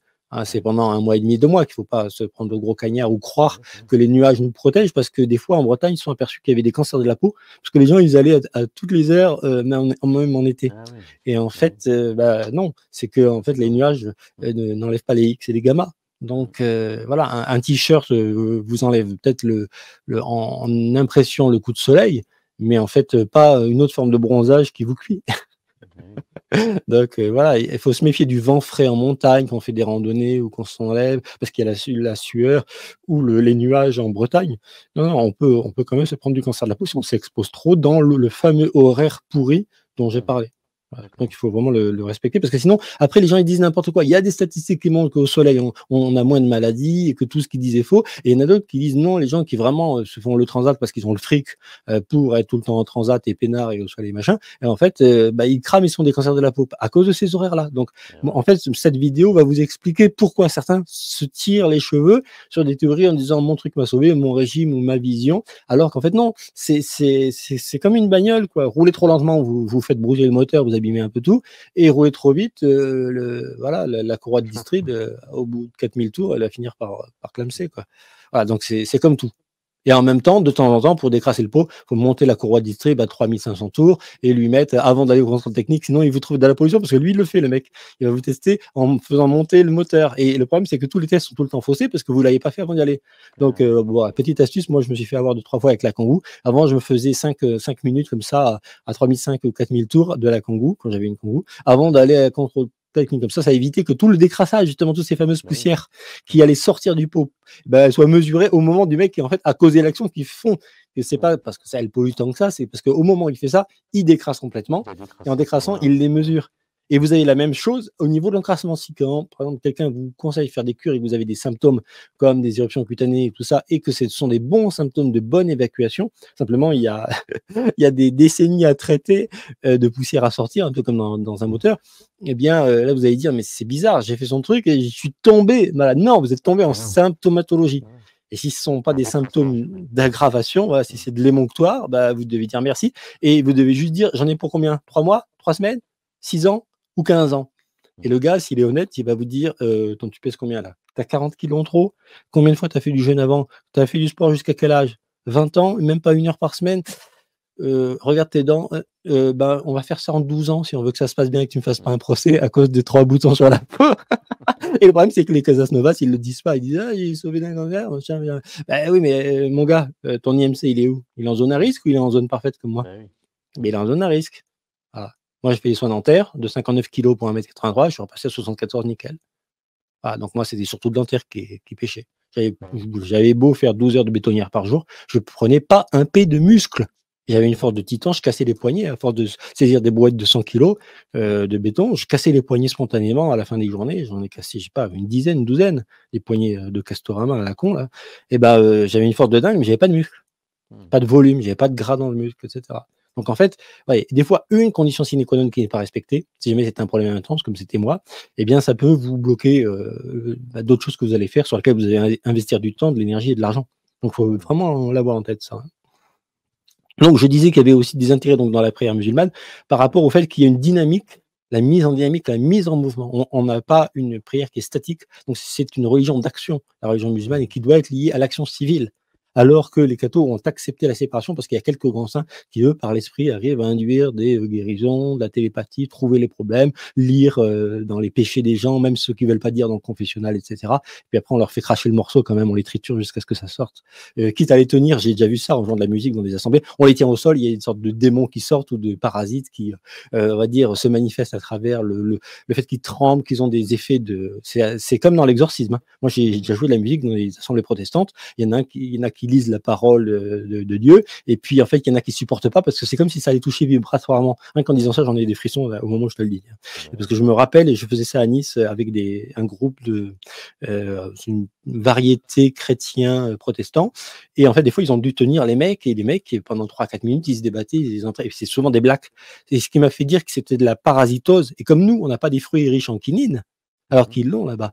Quand les blacks ils viennent ici en blanchi, désolé messieurs ou mesdames les blacks, vous n'avez pas les fruits remplis de quinine ou autant que vous avez là-bas. Donc là-bas, vous avez la parasitose, la déparasitose, la parasitose, la déparasitose. Si vous avez la parasitose, ou vous avez la parasitose de là-bas, vous venez et vous n'avez plus la quinine. Oui. Vous faites comment? Et bien donc, vous avez des bestioles qui vous font avoir des probiotiques pas comme il faut, une dysbiose, des déséquilibres, et peut-être un piratage de votre système nerveux. Et donc, les noirs qui viennent en blanchi, pour le dire crûment, eh ben, ils n'ont pas en blanchi les outils pour enlever ces trucs. Et donc, après, ils deviennent un peu démoniaques plus facilement que les blancs qui, eux, ici, ont trouvé dans l'armoise vulgaris ou l'armoise annuelle, ce qui pousse localement. Ou bien tout simplement le thym, le romarin, la lavande, ou d'autres choses qui vont traiter des parasites locaux. Ils vont trouver et ils vont savoir se réguler émotionnellement. Alors que certains, il faut les tenir, que ce soit les flics avec la matraque, ou que ce soit les 4 prêtres qui, pendant qu'on joue de la musique et que les autres prient, attendent que ça se passe et que le mec, il calme, il finit son mini-exorcisme de 5 minutes. Tu vois, des fois, dans une assemblée en 1h30, on en a eu 4 ou 5 comme ça. C'est-à-dire qu'ils entendent la parole de Dieu, ils deviennent complètement nerveux. C'est complètement. Voir ça, des fois, tu fais des fausses notes. Tu es en train de jouer du piano, tu dis merde, on l'a payé pour faire croire pour que les mecs ils versent plus à la quête ou quoi. Et donc, tu vois ça réellement. Donc en fait, et après, quand tu connais justement les influences bactériennes sur la prise de contrôle, la douche chez le mouton, tu te dis mince, il y a de l'emprise bactérienne, tu vois, ou parasitaire, si jamais ce sont des petits vers ou des trucs comme ça, tu vois. Voilà, donc en fait, la religion ou la compréhension du phénomène qui a relégué tout ça, fait qu'en fait, moi j'ai un grand respect pour les systèmes culturels et religieux qui se sont installés partout dans le monde, et du fait qu'ils soient adaptés à leur localité. D'où d'ailleurs le fait que le prophète Mohammed, sallallahu alayhi wa sallam, comme on dit, la paix soit sur lui, en fait, il est dit que si jamais on veut faire mieux que ce qu'il a dit, le mieux ce sera de faire les prières strictement à l'heure. Strictement, et pas s'adapter à son travail, non. Exactement. Et pourquoi il a dit ça? Parce qu'en ayant le lever et le coucher, tu vas pas en boîte de nuit déjà. Et 2, tu vas pas jusqu'au Groenland. Tu fous la paix aux gens qui ont d'autres systèmes et d'autres religions. Donc en fait, il a limité à l'Espagne, on va dire au nord de l'Espagne, Côte d'Azur, l'implantation, on va dire, de l'œil de Mars, au milieu de la guerre et de l'action. L'œil de Mars. Marseille, évidemment. Il a limité à Marseille, donc au Poix-du-Tiers ou à Poitiers, sur la France.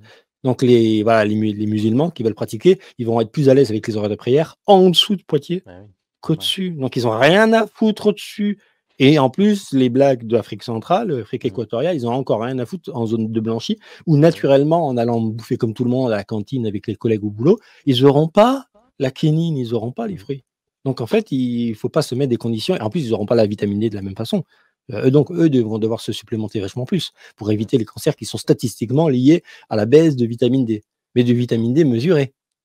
Et donc, on parle bien de vitamine D qui a fait tout son cycle, foie, rein et fixation pour participer à l'os. Mmh. Hein. Ouais. Bon, voilà, qu'on sache de quoi on parle, pas j'en ai pris, tiens, il y a dans le sang, non, c'est celle de pharmacie, c'est pas celle qui est transformée 2 fois par le corps. Mmh. À propos, quand vous prenez de la vitamine D, dites merci aux moutons. Si vous dites merci aux moutons, parce qu'en fait, c'est de la laine de mouton, c'est à Mmh. partir de la laine de mouton qu'on fait la vitamine D. Faut le Mmh. savoir. Hein. On le fait avec donc la mélanine par la peau ou avec la kératine par les ongles, les cheveux ou la laine. Voilà. Et donc cette vitamine D, en fait, on utilise la laine de mouton pour la D'accord. produire. Mmh. Donc, si vous dites par avance, désolé, moi je suis à l'intérieur parce que j'ai un boulot, mais je remercie le mouton qui lui prend le cagnard et le soleil pour me filer la vitamine D, en gros, me filer l'exposition, le fruit de l'exposition au soleil que moi je n'ai pas. Si vous êtes dans une attitude juste de gratitude à chaque fois que vous en prenez, vous le savez, vous y pensez à chaque fois, il va se déclencher un petit merci. Mmh. Ce petit merci vous connecte au champ de morphogénèse des moutons Mmh. et vous allez accepter l'idée que vous êtes dans les bureaux intérieurs, le mouton il est dehors, etc., que tout se passe bien, les cheptels seront bien gardés. Mmh. Si, des fois qu'un jour vous soyez berger de troupeau, sait-on jamais, et qu'il y a des phénomènes de garde monétaire ou autres voilà, auxquels vous deviez participer et accepter et comprendre le fait que voilà, il y a des services mutuels rendus si c'est bien fait. Donc les horaires, c'est fait. Donc on a parlé voilà, de la question de la latitude par rapport aux horaires ou à l'ensoleillement, ça Mmh. ça se fait aussi.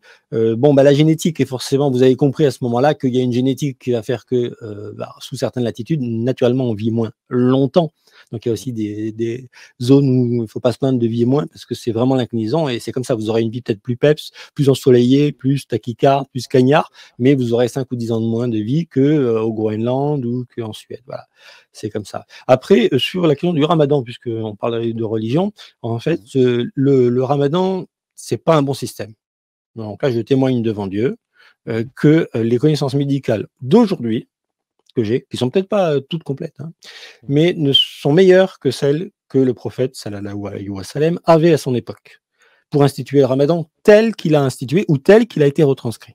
Mmh. Je ne dis pas qu'il s'est trompé, je dis qu'il a fait avec ce qu'il avait pour certaines raisons. Et parmi des raisons, il a voulu faire de la génétique et de l'épigénétique, ne pas Mmh. boire dans toute une journée, un système d'adaptation à un climat pour résister en temps de guerre. En temps de guerre, comment des gens de ces pays-là peuvent lutter contre les autres, leur compliquer l'accès à l'eau par l'empoisonnement des puits, et eux résister à l'eau et savoir où est le petit dernier puits qu'on n'a pas empoisonné et savoir lequel on n'a pas empoisonné et connaître les poisons, etc. Donc, pour résister à des phénomènes d'invasion indésirables, le fait de transformer la génétique de ces peuples-là en armes de guerre via la résistance à la soif, ça, c'est très fort, très intelligent, mais ça reste du domaine de la conquête ou de la résistance à l'oppression. Mmh. Après, il y a le problème que ça fait des ulcères, tout ça, parce que justement, on ne dilue pas les sucs gastriques. Donc, si vous ne mangez pas durant la journée, alors qu'en fait, la meilleure période pour ne pas manger, on dit bien qu'ils d'ordine, c'est de 18h30 comme dans les hôpitaux ou en hôpital psychiatrique. Ils font que le repas est terminé à 18h30 et puis le petit-déj le lendemain, il n'est pas avant 9h, 9h30. Donc, en Mmh. fait, ils savent augmenter la durée. Donc, la meilleure période pour éviter les ulcères, c'est pas le ramadan. C'est ne plus manger entre 18h30 et 19h et le lendemain, au moins 10h du matin si possible. Et si on est diabétique, prolonger jusqu'à 11h30, midi, soit ne pas manger, soit, Mmh. comme j'ai fait ce matin où j'ai craqué un peu, j'ai mangé des œufs à partir de 10h30, du fromage et des œufs. Voilà. Mmh. Donc, comme ça, j'ai mangé, mais pas du glucose. Et quand même, j'ai eu quand même mon repos glycémique, mais j'ai pas eu mon repos, on va dire, stomacal. Mais c'est pas grave. Au moins, j'ai offert la moitié du process. Et donc, juste penser que le but de ça, c'est d'offrir des périodes de repos pancréatique, d'amplifier la respiration aussi. Hein. Si on a une période où on peut être dynamique ça peut décoller des alvéoles qui s'étaient un peu collés dans le bas, etc. Et là, on ressent qu'en fait, on se sent bien, on se sent plus clair d'esprit, etc. Donc, on a un éclaircissement, mais si c'est pour avoir aussi un petit pincement par l'ulcère qu'on peut se fabriquer. Par exemple, j'ai connu une fois un médecin qui mangeait jamais à midi. Il a fini avec un ulcère d'estomac. Pourquoi? Parce qu'il faisait sa journée complète et avec les déplacements, il n'avait jamais le temps de s'arrêter. Alors, c'est très gentil du point de vue du service à autrui en tant que généraliste, médecin de famille, mais c'est un petit peu bête d'être médecin, d'être cordonnier mal chaussé, de ne pas manger au moment où il y a le plus de sucre gastrique dans le ventre. Ouais. Voilà, c'est-à-dire à 13h, 14h, quoi. Voilà. Donc, par définition, c'est stupide de ne pas s'appliquer un principe. Donc, ne pas manger, ne pas boire à ce moment-là. Alors, au bout d'un certain temps, l'organisme finit par se désactiver. Mais l'intérêt du ramadan, c'est aussi que les gens mangent moins dans la période du ramadan, même en mangeant le soir, etc., que dans la période moyenne, histoire de faire baisser les prix. Donc le but du ramadan, c'est aussi de faire baisser les prix de l'alimentaire pour baisser la demande de 30%, parce qu'en fait, tu ne peux pas manger le soir à l'équivalent de 3 repas dans le dernier après le coucher du soleil. Ouais. Donc, comme ton estomac, il s'est un petit peu raboucré, ce qui est très bien, eh ben, tu vas manger moins. Et donc, les prix baissent. Mais comme les gens, ils font les idiots aujourd'hui avec le ramadan, ils mangent des trucs sucrés, voilà, la rupture du jeûne, là, en fait, ils mangent plus ou ils achètent plus, et s'il faut, ils jettent. Donc, en fait, ils ne produisent pas l'effet économique qui était prévu par le ramadan pour que les pauvres, au moins un mois dans l'année, ils aient à manger et que ça leur comble quelques carences au cas où, tu vois. Donc, je veux dire, bon, et par contre, il est bien calé sur la Lune, mais il n'est pas calé sur l'année solaire. Donc, ça va à peu près pour eux, pour nous, les Occidentaux, et au-dessus voilà, au-dessus de Marseille, en termes de latitude, c'est pas idéal. Notre carême est beaucoup plus intelligent de le faire ça avec la saison. Voilà. Donc, c'est pour dire qu'il y a une intelligence, mais qui est liée au localisme. D'où l'importance de respecter les musulmans qui veulent vivre comme ça chez eux et de comprendre les fameux, comment on appelle ça, tout ce qui est tous les patriotes identitaires qui disent le blanc chez le blanc, etc. Et les traditions du blanc, si tu viens, tu prendras. Ce sont des gens qui inconsciemment, dans leur soi-disant haine, en inversion de polarité avec une sorte de connaissance inconsciente, ils sont pleins d'amour pour ceux qu'ils détestent de voir chez eux vivre d'une autre façon. Parce que leur adaptation, y compris s'ils ont des enfants qui s'implantent en France, etc., il faudra qu'il y ait moins de mélanine pour qu'il y ait plus de vitamine D et qu'il y ait une adaptation aux antiparasitaires d'ici, etc., etc. Donc, ils ont raison de leur dire mangez à la blanchie, au blancos, oubliez votre mode de vie ou d'alimentaire maghrébin que vous gardez pour la maghrébie ou la noirie. En blanchie, vous mangez blancos. En noirie, vous mangerez noir. C'est l'idée. Et ça correspond au niveau santé. Et les médecins, aujourd'hui, ils vont nous faire des conférences pour prouver ça. Mais on va dire, mais alors l'identitaire, il a raison dans sa haine. Mais si on inverse que sa haine, la haine, c'est le fait de ne pas pouvoir dire avec des mots savants des choses qui, en fait, pourraient être expliquées comme une forme d'amour, une forme de bienveillance. Je veux que tu fasses de la vitamine D.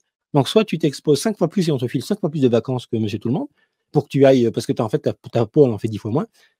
Tu t'exposes 5 fois plus dans ces horaires-là, tu as le droit à plus de pauses au travail. Ou soit si je trouve que ça commence à faire beaucoup, que tu fasses plus de pauses au moment où il y a du soleil, que moi je suis jaloux, j'aimerais bien en faire aussi. Là, je te dis que tu vas te reproduire effectivement avec Madame Blanche, etc., te métisser, et au final, donc éviter le communautarisme, et au final, compenser aussi avec de la vitamine D en ampoule, etc., mais trouver une façon de t'adapter au localisme.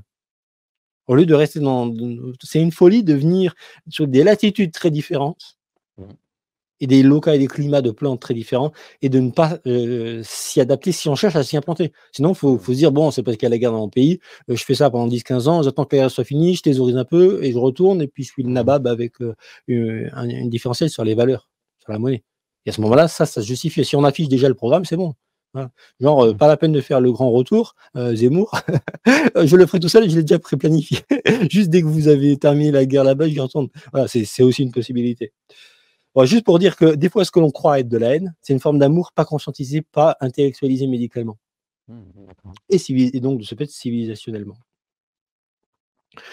Voilà. Alors, qu'est-ce que je voulais dire d'autre? Attends, je vais mettre un peu de lumière. Voilà, j'ai fait un peu le tour de cet aspect, on va dire, sous l'angle religieux. Et alors aussi, sur l'effet yo-yo, tiens, très intéressant ça, dans l'effet surbouffe et gaspillage du ramadan. En fait, si jamais le ramadan n'est pas fait pour manger moins, c'est-à-dire que pendant le ramadan, on va dire, toute mesure faite de ce qui est mangé dans le mois de ramadan, si on ne mange pas, comme la méthode André Gernez, la moitié ou le tiers de ce qu'on a l'habitude dans ce mois-là, ça sert à rien et c'est même contre-productif. Parce qu'on va faire travailler le soir des organes qui en fait ne sont pas à leur maximum. Alors, c'est quoi? En chronobiologie, par exemple, on a des organes qui vont travailler mieux, comme on en avait parlé, le pancréas entre 13h et 18h. Alors, il y a un muscle, à savoir le triceps, celui que quand on pousse et qu'on fait les pompes, là, le triceps, il déclenche le facteur pancréatique. Donc, on peut faire des pompes. Par exemple, moi, quand je fais du sport, si je fais du quadriceps, c'est-à-dire le vélo d'appartement, je vais le faire avant 14 heures, soit le matin, soit jusqu'avant 14 heures. Et si je fais des pompes, je vais les faire plutôt vers 17-18 heures, parce que ça va déclencher le max. Et en plus, je sais que le soir, pour m'endormir, je vais utiliser la glycémie et manger vers 18h30 ou 18h un repas avec un peu de glucose, un peu de glycémie, et ça va me mettre un petit somnolence pancréatique. Ça me remplace le somnifère. Et là, j'aurais lancé le cycle par les pompes, le cycle de travail du pancréas. Donc, aussi, c'est le primat dans le stockage aussi des triglycérides et des décalages. C'est d'abord le quadriceps, qui est le muscle le plus tachycarde. Hein, le matin, on court, on chasse, c'est le paléonto chasseur-cueilleur. Si jamais il y a eu un haut omnivore chasseur-cueilleur. Et puis après, voilà, il y a les activités liées au bras. Voilà, qui peuvent être tisser des habits, faire des choses avec des bras, quoi. Donc, forcément, les efforts les plus tachycardes vont être faits, si possible, le matin avant 14 heures. Voilà. Donc c'est aussi une logique. Tous ceux qui font un jogging une fois par jour, eh ben, faites-le entre, peut-être pas au réveil comme ça, mais entre 10h et 14h, ben, sachez que c'est plus intéressant. Après, évitez le cagnard. Hein. Le cagnard, faut être intelligent aussi. Hein. Ouais. Voilà. Et aussi, ça vous évitera, comme j'en ai parlé, les effets de yo-yo. Que vous fassiez des cures avec les produits en poudre ou bien vous fassiez des cures jarnaises, en fait, l'effet yo-yo, il fait du fait que vous n'êtes pas acclimaté en souplesse vers l'état. Donc, rentrer en souplesse vers un jeûne ou un jeûne partiel, et puis en sortir en souplesse. Et si vous avez bien optimisé ces périodes, vous n'aurez pas d'effet yo-yo, avec des bonnes poudres qui vont éviter justement les carences. Donc, si en plus, pendant que vous faites un jeûne, vous ne vous sentez pas toujours très bien, etc., mais vous savez que dans une poudre, avec la dose que vous mettez, vous avez 70% des apports journaliers recommandés, 70%, ça suffit. Vous pouvez vous dire en contrat mental et moral, il n'y a aucune raison que je me mette à manger, même si j'ai faim, parce que je suis sûr d'avoir tout ce qu'il me faut et qu'il n'y aura jamais de carence minérale, vitaminique, acide aminé, etc., oligo.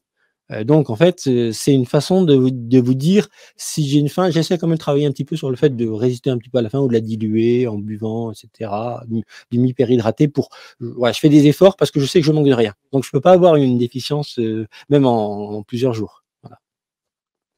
Ouais, tu rassures ton ego, ton mental. Voilà, on rassure un mental qui prétend être inquiet. Et peut-être que c'est pas le mental, que ce sont des parasites qui veulent du glucose et qui veulent se reproduire et qui résistent. Donc là, voilà, vous les arnaquez, vous êtes en dialogue en disant ah, il y a une petite faim.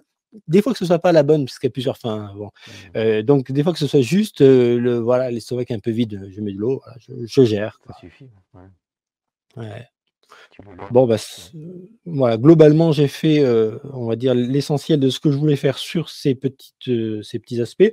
Après, je voulais parler, par exemple, du problème des précurseurs, parce que des fois, certains vont tomber dans des boucles qui sont des boucles de blocage, à savoir que des fois, justement, le zinc ou le sélénium ou certains éléments, si on mange pas assez de levure de bière ou de germes de blé, des choses comme ça, moi, je préfère la levure de bière. Mais en fait, on va manquer de certains précurseurs. Et en fait, dans des boucles de fabrication, la question des précurseurs est fondamentale parce que si jamais on ne mange pas assez de certains précurseurs, on va métaboliser au prorata du plus faible de ce qui est indispensable.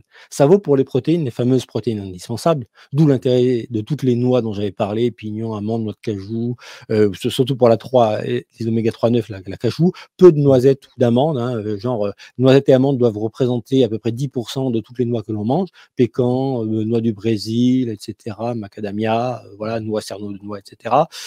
Donc en fait, vous aurez des fois un élément comme le sélénium ou le zinc qui vont manquer, ou certaines protéines que vous allez retrouver que dans les œufs, dans le quinoa ou dans le petit épeautre. Et si vous n'avez pas assez en tant que vegan, ce qui est mon cas, en fait, ça pourrait être préjudiciable. Voilà. Donc, mangez à minima 2 œufs par semaine, voire même un œuf par jour si vous le supportez. Moi, j'en mange 2 par jour, je précise, ça fait pas grossir. Hein. Voilà, c'est pour faire l'équivalent d'un cétogène, mais sans manger de viande. C'est un peu compliqué. Voilà. Donc, en fait, comme il y avait aussi des statistiques qui montraient qu'il y avait certaines maladies qui étaient entre 10 et 15% en dessous pour les véganes versus les carnivores, mais est-ce qu'il y avait la question de la charcuterie, de l'ajout de sel et des nitrites et de la toxémie du porc, toxines rouges plus les parasites maltraités parfois. Donc la question c'est est-ce que voilà, et en plus quand vous mangez de la viande, si même vous mangez de la viande rouge impubère, donc sans toxines rouges, en fait vous allez absorber quoi, les 8% de protéines que ça contient, c'est pas très riche en protéines au final. Donc en fait vaut mieux manger des œufs durs. Il ne faut pas que je regarde Louis Funès avant de faire une vision. Sinon, j'inverse le truc. C'est marrant. Voilà, donc pensez à ce que le fait d'avoir des compléments alimentaires soit en poudre, on en avait parlé. Peut-être tu vendras une poudre en vente à distance, ou soit avec simplement la levure de bière pour avoir voilà, la certitude que vous ne manquez pas de zinc, de sélénium. Eh bien, vous aurez une garantie d'apport journalier de certains éléments qui sont véritablement. Des fois, on a parlé aussi du chrome. Donc, le fait d'être sûr dans la levure de bière qu'il y en a, voilà, dans certains éléments, aliments et éléments, vous en aurez et vous serez tranquille de ne pas avoir ces déficits. Et on en parlera lorsqu'on abordera les transmutations biologiques à basse énergie de Kervran. Ça, c'est un peu technique, donc on ne va pas saouler les gens avec ça tout de suite. De quoi je voulais parler aussi? Oui, alors ceux qui me disent, tiens, la dynamique de l'eau, tu nous as parlé, mais tu ne nous as pas dit qui vend ça. Alors, c'est le principe actif ionisant de Dominique Picard, vous le trouvez, PAI, principe actif ionisant, Biocéram, vous cherchez. À une époque, il y a eu Terre de Lys, mais Terre de Lys, je ne sais pas s'il est encore actif en France, il a fermé sa société. C'était un peu un concept compliqué parce que pour avoir des bons résultats, il fallait aussi traiter le compteur électrique ou le tableau électrique, le tableau interne. Donc, voilà, ou mettre un produit, une céramique sur le disjoncteur pour modifier un peu des effets du champ magnétique. Et ça, c'était tout à fait sérieux. Je l'avais vérifié moi-même il y a 25 ans maintenant, c'est 25 ans. Donc c'était très costaud, mais c'était un truc complet. Il fallait à la fois des dynamiseurs et à la fois il fallait traiter quand même le tableau électrique et c'était pas donné non plus. Hein. Donc si vous retrouvez, moi je vois qu'il est plus actif son site en France et je sais qu'il avait fait un site aux États-Unis. Et ce que je sais aussi, c'est que quand des gens font des choses comme ça, à la fin ils vont expliquer aux gens qui font des centrales nucléaires, qui font donc de l'entropie électrique, c'est-à-dire qu'ils détruisent un atome pour libérer l'énergie, on leur dire salut, en fait, vous créez de l'entropie, c'est pas pareil qu'un barrage électrique. Et donc, soit vous fermez vos centrales, Fessenheim, etc., soit on vous l'explique, soit on vous le démonte, soit vous regardez les résultats au Kirlian en télégraphie de nos produits sur des tableaux électriques, ce qui veut dire que si on a modifié une information d'entropie dans la distribution du champ géomagnétique, donc ça c'est une question de géobiologie locale, mais tous les gens sont infectés par toute cette pieuvre et de fils électriques qui courent partout sous nos pieds, dans les dalles, dans les plafonds, etc., plus les rails métalliques ou le ferraillage. Eh bien, vous mettez les gens dans des rails où il y a, outre un effet de cage de Faraday pas toujours bien mis à la Terre, de toute façon, mis à la Terre ou pas mis à la Terre, c'est mauvais dans tous les cas. En plus, vous mettez un 50 R, c'est des pollutions informatives. Et que quand on les traite, ça améliore le vivant. Ce qui veut dire que si on pouvait mettre ça en bas des pylônes ou en sortie de centrale, ce serait mieux. Donc, au final, ça veut dire de passer à la fusion, au thorium ou à d'autres choses. Voilà. Donc, en gros, sortir de l'entropie. Et c'est une des causes cachées, ça, qui font que des gens qui ont de la puissance spirituelle ont informé, il y a déjà 25 ans, notamment Pierre-Nicolas de Terre de Lys ou son fils, ou moi, ou d'autres personnes, ont informé de façon discrète des spécialistes de ces sujets-là, et on sont allés dire, vous tuez les gens, si vous voulez pas qu'on vous pende, pour une technologie qui a rendu des grands services énergétiques, mais qui avait une petite information polluante, outre la radioactivité, si elle s'échappe, même si elle s'échappe pas, l'information, elle s'échappe. Et ben, corrigez et faites des convertisseurs d'entropie. En gros, vous avez l'atome qui hurle sa douleur pendant que vous le mettez à mort pour qu'il libère son énergie dans votre centrale. Faites joujou. Je vous rappelle que la fusion fera beaucoup plus d'énergie que la destruction, donc la négantropie fera beaucoup plus que l'entropie. Mais si vous pouviez utiliser ne serait-ce qu'un vocodeur, là, un truc de voix qui va modifier le son où les voisins se plaignent d'entendre l'atome crier, avec une jolie voix mélodieuse, ce sera des informations de négantropie. Faites-nous l'effort d'acheter le logiciel pour que le bruit qu'entendent les voisins de la centrale nucléaire, le bruit électromagnétique, bien sûr cellulairement parlant, soit transformé en négantropie. Donc vous allez me dire, oui, mais ça ne résout pas le problème de l'esclave qui est en train d'être torturé pour être mis à mort pour pédaler dans la centrale nucléaire l'esclave atome, bien sûr. Non, ça ne le résout pas, mais il y en a qui sont longs à la comprenure, donc il faut leur expliquer longtemps. Ils comprennent vite, mais il faut leur expliquer longtemps. Mais avec les réseaux sortis du nucléaire, Hollande, Voynet, etc., ils savent qu'ils ne peuvent pas dire ce que vient de dire dans l'hémicycle, mais qu'il y a quelque chose de cet ordre-là. Pourquoi ? Parce qu'en fait, ils avaient fait des études aussi, ils avaient déduit autrement, eux. Ils avaient fait des études autour des centrales nucléaires. Et autour, même sans fuite, avec des centrales parfaitement en zéro fissure, hein, eh bien, il y avait quand même plus de cancers qu'ailleurs. Pourquoi ? Information qui se diffuse dans le champ électromagnétique local. Donc, voilà. Donc, il y a la proximité au fil électrique. Vous avez le fil collé au genou, vous allez prendre autant que si vous êtes collé à la centrale. Si vous le mettez à 3 mètres, déjà, c'est bon, quoi, ou vous êtes à 1,50 m, vous ne prenez pas l'information autant. Par contre, si jamais vous avez, comme souvent, ça s'agglomère, le tableau électrique qui, en fait, fédère sur un nœud Hartmann, vous savez, vous avez des nœuds du réseau Hartmann tous les 2 mètres ou 2,20 m, 2,50 m selon les zones. Voilà. Et que généralement, c'est orienté en tendance nord-sud, nord de forme, pas toujours parfait. Bon, bref, entre le géographique, le magnétique et le nord de forme lié au terrain. Bon, en gros, il y a 3 nords. Mais souvent, en fait, quand on cherche des points de croisement, eh ben, on en trouve exactement un là où il y a le tableau électrique avec la pieuvre qui mène tous les filets électriques alimentés en 50. Il s'est fixé là de façon, on va dire, spontanée. Ce point de croisement des réseaux. Après, vous en retrouvez d'autres à 2 mètres, 2,50 m, etc., comme un croisement avec des gros, comme si vous aviez un gros quadrillage. Eh bien, voilà, c'est pour ça que ce gars-là de Terre de Lys, la Pierre Nicolas, il avait prévu en fait de traiter d'abord l'information de rayonnement local, et que ça avait déjà un très très gros effet quand on utilisait après des systèmes dynamiques. Voilà, donc en gros, vous allez comprendre pourquoi certains ne se comprennent pas, ne peuvent pas dire des choses dans l'hémicycle, ne peuvent dire on a une étude qui 7 km autour des centrales montres qui a plus de cancer qu'ailleurs alors qu'il n'y a pas de fuite, parce que sinon après les autres vont dire mais non, c'est pas vrai puisqu'il n'y a pas de fuite, puisqu'il n'y a pas de matière, donc c'est dans votre tête, votre étude, c'est torchez-vous avec. Et puis d'autres qui comprennent que c'est électromagnétique, mais il y a que des gens qui comprennent comme moi, pourquoi plein de gens ne se comprennent pas tout en pensant avoir une vérité qui est partielle et partielle. Voilà. Et moi, en fait, c'est un peu ça que j'ai fait, c'est que je me suis attaché à essayer de comprendre pourquoi les gens ne se comprennent pas et se tapent dessus, en pensant tous avoir raison. Ils ont tous raison, mais à un endroit, à un moment, dans certains domaines. Et pour certaines raisons. Et moi, je vois à quel endroit, qui, quoi, quand, dans quel domaine, et pourquoi et dans quelle raison. Voilà. Donc, c'est pour ça que je suis contre la fusion, la fission, et plutôt pour la fusion, évidemment. Bon, bref. Après, il faut qu'on parle un petit peu d'un sujet qui est quand même lié à la santé, c'est la santé dite sexuelle, puisque maintenant on a toute la question de l'éducation dite sexuelle dans les écoles, parce qu'on parle de l'état de santé complet, c'est un état complet où on serait aussi bien dans sa tête, dans son corps, dans son genre, paraît-il, qui soi-disant n'existe pas. Et donc là, je vous renvoie vers les travaux de Jacques Balthazar. Donc vous tapez 2 ou 3 vidéos de Jacques Balthazar sur Internet et vous aurez cerné une partie du sujet. Je vous la fais très courte. L'embryon, quand il se développe, il a 2 sexes au début. Et au bout de quelques semaines, il va en tuer ou en abandonner un des 2. Il y en a un des 2 qui va se dissoudre. Il y aura une autophagie. Voilà. Il va donc faire un choix, cet embryon, de garder un des 2 sexes et de l'autre de l'abandonner. Donc il y a d'abord un choix par là où je ne vais pas, l'abandon. Et quelques semaines plus tard de ce choix, il y aura dans le cerveau, embryonnaire encore, une décharge de testostérone ou il n'y aura pas de décharge de testostérone. Et il faut qu'il y ait décharge. Alors, pardon, si je dis il faut que, on va me dire t'es partiel. Non. Quand il y a décharge de testostérone et que le sexe qui avait été abandonné était le sexe féminin, c'est-à-dire qu'en gros l'embryon avait choisi le sexe masculin, il y a correspondance entre testostérone et sexe masculin conservé, et donc il n'y a pas de problème de dysphorie de genre. Quand il y a une décharge de testostérone alors que c'était le sexe féminin qui avait été conservé et le sexe masculin abandonné, il y a non pas une homosexualité latente, mais une absence d'attirance pour le sexe opposé, qui va se retrouver après dans toute la vie. Ça ne veut pas dire qu'ils ne peuvent pas être hétéros, ces gens-là, c'est juste qu'ils ne sont pas vraiment attirés, en fait. Ils s'en foutent. Mais par contre, ça peut aussi induire que ils peuvent être bisexuels, ils peuvent se sentir attirés par les 2. Et le problème, ce que l'on peut constater, c'est qu'à l'échelle de l'histoire, ces écarts types étaient de quelques pourcents de population, quand ce n'était pas lié à des problèmes de type économique. Et quand il y a des périodes où ça va mal dans l'histoire, notamment Berlin, après le démantèlement de la Ruhr et de la Rhénanie, on peut avoir dans certaines villes des pulsions de vie qui ne savent pas où s'évacuer, si ce n'est là où elles ne seront pas fertiles, à savoir dans des anus.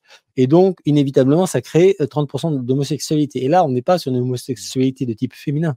On est dans une homosexualité masculine de gens qui auraient envie de pouvoir avoir un boulot, avoir de l'argent, pouvoir se reproduire, fonder des familles, avoir de l'immobilier, etc., et qui ont une force vitale en eux qui n'arrivent pas à évacuer. Donc, cette problématique-là, ils l'évacuent, entre guillemets, comme ils peuvent, là où ça prend. Voilà. Mais c'est pas forcément lié à des perturbateurs endocriniens à cette époque-là autant, même s'il y avait déjà des perturbations de pollution. Alors qu'aujourd'hui, avec les travaux de Corinne Lalo, on a en plus le bisphénol A, tous les perturbateurs endocriniens et la fameuse carte de crédit en plastique dont je t'ai parlé, que tu en bouffais une par semaine. Donc, si jamais tu l'étais pas à la naissance, crois-moi, tu en as bouffé du plastique, et si jamais tu as une idée qui t'a traversé l'esprit pour glong avec un copain, ça peut venir d'une fait de baisse de testostérone aussi en production régulière. Mais bon, pas tendanciellement, on va dire, en tant qu'affaiblissement de ta virilité. Voilà, d'où après, alors je parle même pas des micro-pénis qui sont induits par tout ça. Mais voilà, en gros, si jamais il y a un souci de santé dite sexuelle ou de dysphorie de genre, bah, n'imaginez pas que la baisse du niveau de vie, des circonstances géopolitiques, politiques et économiques, ou que les pollutions ne sont pas liées à ça. Elles sont liées à ça, à la fois statistiquement, ou des perturbations fétales. C'est-à-dire que si votre mère était enceinte de vous et qu'il y a eu un déménagement, qu'elle a changé de latitude, qu'elle a changé de zone, ou qu'elle est passée d'un milieu sain à un milieu avec des pollutions électromagnétiques, des pollutions odorantes. Enfin, je vais vous donner un exemple. Moi, par exemple, à 800 mètres, il y a une décharge qui a été fermée il y a 20 ans. Mais par contre, on en avait comme élève de piano une gamine qui habitait 300 mètres au-dessus de la décharge. Le maire, à l'époque, s'il faisait brûler les déchets qui pouvaient être brûlés, et ben le père de la gamine, à chaque fois que ça brûlait, il appelait les pompiers. Le temps qu'ils arrivent, ben, il y avait eu quand même des fumées. Et les pompiers avaient obligation d'éteindre. Parce que immédiatement après le départ des pompiers, le maire faisait rallumer par les employés municipaux. Et après, ils ont mis les déchets dans un véritable incinérateur avec les filtres, etc., pour les dioxydes. Ils ont bien calculé. Mais le résultat, il est devenu allergique. Et pas que aux vapeurs, tout ça, à plein, aux aubergines notamment d'ailleurs. Voilà, donc à tout un tas de choses. Donc, en fait, il faut pas croire que moi, j'avais dans le sens du vent, globalement, j'étais bien passé. Mais bon, ma femme a eu des fois un peu des allergies à l'époque. Et on devait acheter du désensium. Là, c'est des œufs de caille en comprimé. Il y a 6 jaunes d'œufs de caille en comprimé dans le désensium chez Biocosma. Donc, voilà. Et après, à partir de 2004-2005, ça s'est arrêté. Donc, parce qu'il y a eu l'incinérateur qui s'est fabriqué, il y a eu des lois. Donc, il faut toujours imaginer qu'on est pollué par tout un tas de choses que l'on ne perçoit pas toujours par rapport au vent, par rapport à tout ça, et que ça peut impacter nos allergies, mais aussi notre orientation ou notre développement embryonnaire, et donc le fait que l'on ne soit pas responsable de ça. On n'est pas forcément responsable de ces bizarreries. Et que si, tout comme pour les autistes aujourd'hui, dans certaines zones de Californie, on est à une naissance sur 20 qui est un autiste. Parfois, on avait dit 1 sur 38, maintenant on est à 1 sur 18, 1 sur 20 dans certaines villes. Alors que chez les Amish, où traditionnellement c'était 1 sur 20 000, 1 sur 30 000 il y a un siècle, 80 ans, pour le même type d'autisme. Il y a de l'autisme, on va dire, génétique, avec vraiment un état très... voilà. Après, il y a de l'autisme moyen. Donc là, je parle de l'autisme... on va dire, de type Asperger moyen, genre Greta Thunberg, voilà, la montagne de fric. Voilà, donc c'est déjà cet autisme de base, bah, il peut être lié, on en avait parlé, peut-être au manque d'antiparasitaires. L'ivermectine, des fois, traite l'autisme aussi. Perron en a témoigné. Donc, en fait, entre ces pollutions et ces dysphories de genre, qui après, vis-à-vis du phénomène religieux, qui dit non, pas d'homosexualité, parce qu'on ne peut pas construire un modèle de société avec de l'homosexualité, de la bille, de la pente, de la tri, de la troupe, de machin, c'est le bordel. Nous, dans les carnets qu'on fait signer, là, les carnets de naissance, de baptême, de mariage, ça devient compliqué, on s'y perd dans les paperasses. Et donc, il faut faire des packs, des machins, oh, la succession, on n'y arrive plus, désolé, revenez à un truc simple, les gars, là, voilà.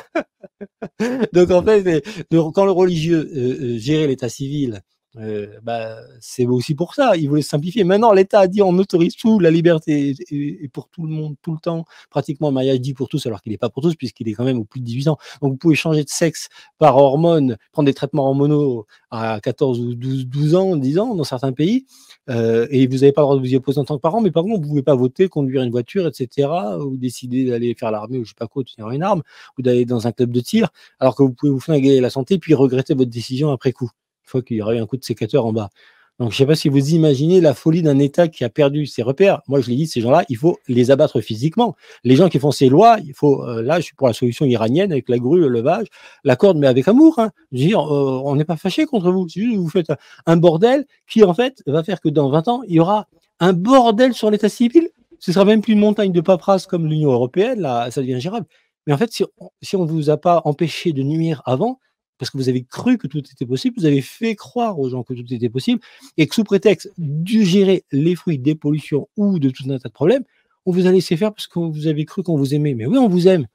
Mais exactement comme Gilles de Rais, il s'est converti, il a reconnu qu'il avait essayé d'utiliser des enfants et leur sang, machin. Il a fait son délire, il n'a pas réussi. Transfusion sanguine, c'est un métier. Hein. À l'époque, les groupes, on ne savait pas comment les groupes se transfèrent. Avoir les fameux anticorps monoclonaux, il a voulu essayer avant tout le monde.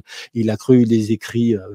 Voilà, il s'est perdu dans son histoire de se faire transfuser du sang de machin, d'enfants. Bon, voilà, tu as eu 105 enfants que tu as tués ou que tu as mis dans tes geôles. Bon, on te condamne à mort, c'est bien, tu t'es converti. Bon, maman, tu passes à la potence. Au revoir, l'ami. On te pardonne, on n'est pas fâché contre toi. C'est juste un égarement d'un esprit égaré.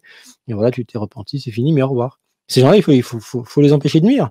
Et comment on a fait en 45 à Dresde et Berlin, ça s'est pas fait avec des tracts.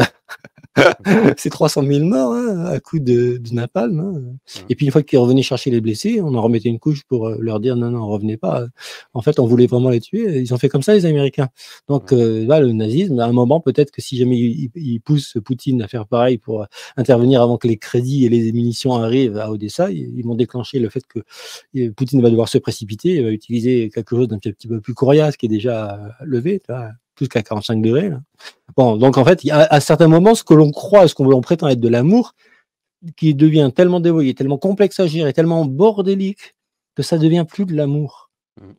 Ça devient le n'importe quoi et le bordel. L'amour, et justement cette fameuse adoration, c'est aussi là où j'avais parlé de l'état christique au début sur la première vidéo, c'est qu'en fait, une fois que vous saurez gérer en termes de santé, mais aussi de santé civilisationnelle, puisqu'il y a des implications politiques, des décisions à prendre, est-ce qu'on revient à des modèles agricoles de l'ancien temps où il y avait 30% des gens qui étaient paysans, et un paysan devait nourrir, on va dire, 5 ou 6 personnes, ou 5 ou 6 familles, quoi, mais pas 300, sinon il faut des surrendements, il faut épuiser le sol, l'humus, l'humain, machin, les pesticides, les intrants, et après acheter des semences qui sont pas, parce qu'elles ont été transformées, mais qui tirent trop du sol, et plus les phosphates, etc. Il y a toute une logique à tout ça. Donc, est-ce que vous préférez un pays où il y a 30% de gens qui est agriculteurs, mais il n'y a pas de cancer, ou comme moi, enterrer un frère à 26 ans du cancer des intestins, mais où il y a seulement 3% ou 2% des gens qui sont agriculteurs?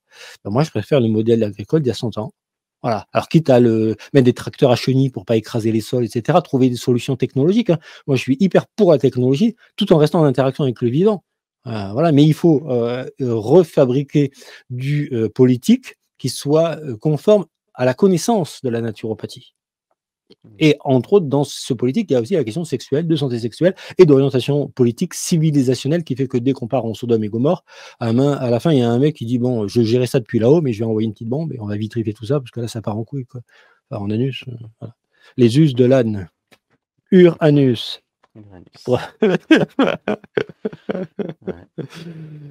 Voilà. Bon, j'ai fait le tour globalement des sujets que je voulais un peu aborder, sauf la question de l'État. C'est très bien. Voilà. Après, il y a la question du rôle de l'État, si tu veux qu'on en parle un petit peu. Le rôle de l'État. Parce que là, on a déjà parlé de politique, de tout ce qu'ils ne peuvent pas dire pour ne pas passer pour des crétins, aux yeux des ignorants qui ignorent tout ce dont je viens de parler. Mais le rôle de l'État, en fait, il faut bien comprendre qui crée de la richesse, qui aurait le droit en fait, d'émettre de la monnaie, de battre monnaie. Eh bien, les trois conglomérats, à savoir l'individu, puisque c'est lui qui se lève tous les matins pour aller bosser, bouger son cul, qui génère l'énergie, qui va amener le dossier au banquier pour dire, regardez, j'ai un diplôme, je sais faire ça, tu me prêtes de l'argent, je monte ma boîte, je pourrais rembourser les créances, etc. Le banquier qui a l'expertise, il sait voir un dossier d'un blaireau ou le dossier d'un mec costaud, en fonction de ce qu'il a déjà fait. Et l'État, qui est en contact avec le banquier, qui permet au banquier d'avoir une partie de banque destinée à financer l'État, c'est-à-dire le particulier, les activités économiques particulières ou entrepreneuriales, et de la banque privée pour de la spéculation, mais bien dissociée en termes de gestion du risque, de permettre au banquier de faire des intérêts composés, riba, usure, sur de la prise du risque sur laquelle il est lui-même impliqué en tant que prise de risque qui revient à une finance islamique, et qui évite de mettre une zakat à 2,5% sur la thésaurisation que nous met l'UE ou que nous mette le dollar. Je vais expliquer un truc, c'est qu'en fait, pour ceux qui s'intéressent à la finance, si jamais vous gardez de l'argent chez vous et qu'on vous dit chaque année, si jamais tu as gardé 100 €, tu dois payer 2,5 €, c'est une zakat à 2,5%. Mais en fait, c'est ce qui se passe si tu gardes des badlaines pendant 5 ans. Tu gardes un badlaine pendant 5 ans, tu prends un 2,5 cumulativement pendant 5 ans. Donc à la fin, ça fait une belle somme, surtout en tant qu'intérêt composé au bout d'un certain temps. Alors que si jamais tu avais par exemple $1 million il y a 100 ans, et que tu le places, parce que tu peux ne pas l'utiliser, tu le places en bon du trésor, et il te rapporte un intérêt, et ben tu as la valeur constante vis-à-vis de l'or. Donc l'or n'a pas augmenté par rapport au dollar placé en bon du trésor. Par contre, si jamais c'était ta grand-mère qu'ils avaient gardé ces $1 million, alors là, ils ont perdu 98% de leur valeur du fait des intérêts. Mais si jamais ils pu rapporter au bon du trésor moyenné par la Fed, c'est là où la Fed n'est pas une escroquerie en tant que telle, si on a de l'argent placé chez elle. C'est-à-dire placé sur l'économie américaine. Je ne veux pas gagner trop, 3-4%, ça me bat, 5 parfois. J'investis sur mon citoyen américain, par exemple, mais j'ai confiance dans my fellow citizen, voilà, mon concitoyen. Et à ce moment-là, si ça rapporte 4%, il y a un mec qui vient, il me propose 10, mais il y a un peu de risque, moi je préfère 4, peinard. Comme ça, juste, je garde ma valeur exactement comme l'or. Et en plus, j'investis sur quelque chose qui n'est pas que de l'or. Là, c'est des mecs qui se bougent et qui travaillent, qui font et qui fabriquent une photocopieuse qui, moi, me gagne un fou comme musicien pour pas faire des partitions, etc. Moi, la photocopieuse, quand j'étais prof de musique, mais par rapport à l'époque où des fois mes profs me faisaient des trucs à la main, mais le temps gagné, c'est hallucinant. En plus, il y a une très moche écriture de musique.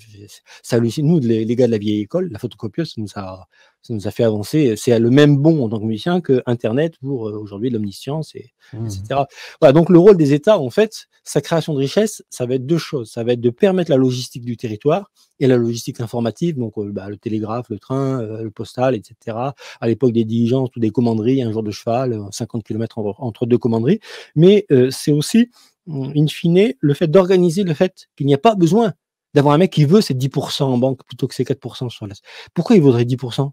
Pour avoir du fric. Parce qu'il va être mieux avec du fric. Mais s'il y a toute la connaissance qui est accessible, qu'il n'y a pas de cachotterie sur la santé, sur l'énergie libre, sur toutes ces choses, ou sur l'énergie très abondante, le mec, il n'a pas besoin de chercher à faire 30% par an et prendre des risques et après dire, j'ai placé chez Jim Leveilleur, Sniff, ça va marcher une fois sur deux, ou une fois sur une, voilà. Parce qu'en fait, il y aura une prise de risque et quand bien même ça marcherait, les États seraient inévitablement cohérents de venir dire ça marche ton truc, attends, viens on va te mettre un contrôle fiscal pour voir comment elle fonctionne ton entreprise. Après on va la copier et les intérêts composés, on va les mettre sur le fait de payer des artistes, des médecins, des hôpitaux, des cliniques. Bon, c'est tout l'anti-Macron. Je dis pas que Macron fait ça, mais en démantelant l'hôpital, Macron fait que vous allez devoir vous tourner vers les solutions qui vous sont amenées et finalement le fils de putisme micronien qui vous éjecte de l'hôpital, vous oblige pour les 80% des maladies dites de civilisation et d'allopathie ou même de chirurgie qui sont aujourd'hui liées aux maladies de civilisation, à vous tourner vers des solutions pérennes, traditionnelles, culturelles, religieuses, et civilisationnelles, historiques. Donc, qu'est-ce qu'on met en haut? Qu'est-ce qu'on met en haut d'une église? Les gens, là, réveillez-vous, qu'est-ce qu'on met? Le coq, C-O-Q. C pour la lune, O pour le soleil, Q. Le soleil a rendez-vous avec la lune, hétéro, plus l'œuf. Donc, vous bouffez des œufs dans des pays où il y a des poules, par exemple. Et vous n'avez pas besoin de vous dire, tiens, c'est cétogène. Vous bouffez des œufs quand vous avez faim et pour pas manger des calories si jamais vous prenez à cause du cul sur chaise. Et que des solutions comme ça. Ou quand vous entendez gluten, c'est le gluphonus. Quand vous entendez l'occidental, vous entendez bien avec la langue des oiseaux. Vous avez des choses qui vous sont martelées tout le temps pour vous donner des réflexes de pensée cyclique et pour entrer dans ces cycles. Et à partir de là, vous pouvez vous dire, l'idée de séparer le religieux de l'État civil, c'est une stupidité si jamais c'est la direction. On ne doit pas séparer les directions religieuses des directions de la gestion de l'État civil. C'est juste que gérer le temporel et le local, c'est une spécialité qui peut, en termes d'individus qui se l'accaparent, être distinguable de ce qui étudie philosophiquement, spirituellement, la temporelle et la locale. Le non local et le non temporel. Ça, ce sont deux spécificités. On le voit dans les bouquins de physique, de cosmologie, etc. Mais qui sont sur un domaine, c'est pas le local, c'est pas le temporel. Hein. Voilà. C'est des lois qui n'ont rien à voir avec juste ici et maintenant. Ceci dit, avec le GPS, des fois, il y a un petit peu d'Einstein ou de modèles Janus ou de trucs qui peuvent répondre à des petits détails pour la voiture pilotée, parce qu'à 0,3 secondes, tu peux avoir un accident. Hein. Donc, on ne sait jamais avec ta Tesla. C'est quand même bien que le GPS sache bien où tu es par rapport à l'obstacle et que la mise à jour ne soit pas décalée, même avec ces niveaux de précision. Voilà, j'ai abordé globalement on va dire l'ensemble de ce que je voulais faire. Et puis après aussi, dans les solutions aussi qu'apportent, par exemple, les religions, quand on a parlé du carême ou du jeûne, mais quand les gens n'arrivent pas à être productifs, ils obligent l'État à être très efficient, même avec des gens qui n'ont pas assez de glucose et de glycogène dans certains moments. Et ça vous oblige aussi à vous apercevoir que quand il y a la baisse du glucose dans le sang, certes pour vos activités très brainstorm, de tempête cérébrale, vous êtes beaucoup moins efficient, mais vous avez ce vide de la pensée. Et ce vide, il y en a qui vont payer des stages de zen, de monastères d'Himalaya, de mon cul à Ramakrishna, ou je sais pas où, dans des temples, Kuala Lumpur, ou je sais pas où. Mais qu'est-ce qu'ils vont aller faire là-bas, alors qu'il suffit de le faire par la baisse du glycogène chez vous, dans un lieu peinard, dans la nature. La baisse de la pensée, vous ne l'obtiendrez pas par l'immobilité musculaire. Vous allez faire 2 heures de vélo et pas manger pendant 2 jours. Et là, votre vide de la pensée, votre yoga, il est fait. Vous n'aurez pas besoin. Et les gens ne comprennent pas, ce sont des rapports équilibre-dépenses qui font qu'on a... Et qu'après, quand on devient amoureux de cet état christique, on est bien, on n'est pas en surcharge d'énergie, donc de puissance vis-à-vis d'un adversaire ou d'un débatteur. Souvent, ils nomment débat ou duel, mais moi, il n'est pas question de se battre. Enfin, débattre, c'est éviter de se battre, comme faire et défaire, bien sûr. C'est pour éviter de se battre que l'on débat. On arrête la bagarre. Hein. C'est le principe du débat. Mais même dans les duels verbaux, tout ce jeu de ping-pong, en fait, souvent, il y a une volonté, et elle est induite, entre autres, par des parasites, ou le fait de vouloir prendre juridiction sur autrui. Et donc, le fait de ne jamais avoir dit « Non, non, personne ne va jamais prendre juridiction, pacifiquement ou avec le flingue, mais il faut l'expliquer clairement. Personne ne prendra jamais juridiction. Chez moi, c'est clair. Donc, je respecte pour que chez toi, un, ça soit clair, que deux, si jamais tu n'as pas compris que c'est un idéal à obtenir souverain, tu le cherches, et que trois, je ne vais jamais essayer de te convaincre, juste t'amener des éléments, et si ça résonne dans ta vie, tu les utilises, tu les exploites, et voilà. Et donc, en cela, la religion, nulle contrainte en religion, on dit en islam, il y a une doctrine de la foi qui est là pour amener des éléments historiques, sociologiques. Mais si on ne veut pas être convaincu, comme il y a même, admettons que vous alliez lire la doctrine catholique de l'Église, vous êtes d'accord avec 60 ou 30%, travaillez sur ces 60 ou 30%, vous êtes d'accord avec 10% des dogmes catholiques. Vous récitez le credo, vous dites là 10% je suis d'accord, 50 je sais pas, et 40 ça me paraît un peu bizarre, un peu on verra quand je serai là-haut si mais ça se prépare ici si tu vas. Zut, alors je vais quand même prendre une assurance, c'est on jamais. Bon, et pareil avec l'islam, mais vous savez quoi, vous prenez juste ce qui vous convient, vous faites votre petit syncrétisme, ce que moi j'ai fait il y a 30 ans, et puis tranquille, vous faites ce qui vous va, mais ça va fonctionner, parce que vous serez totalement d'accord, même si vous récitez 10% du credo, vous récitez ce en quoi vous croyez, et déjà c'est une façon de croître. Vous voyez, et ça va fonctionner. Et c'est pareil sur l'état christique qui procède pour une partie des périodes de jeûne. Qu'est-ce que dit la Vierge Marie dans ses apparitions, ou le principe féminin, si on préfère le voir comme ça, puisqu'elle apparaît même là où elle n'est pas connue sous forme de Virgo, de Vierge, eh bien, d'ailleurs, elle apparaît plus souvent noire que blanche. Hein. Précisons, le 80% des apparitions sont des vierges noires. Et pas seulement à cause des zones, des latitudes et de la mélanine. Eh bien, elle dit prier et jeûner. Prier, ça veut dire quand on prie la bonne étoile, hein, on demande, évidemment. Et jeûner, ça veut dire se mettre en restriction calorique.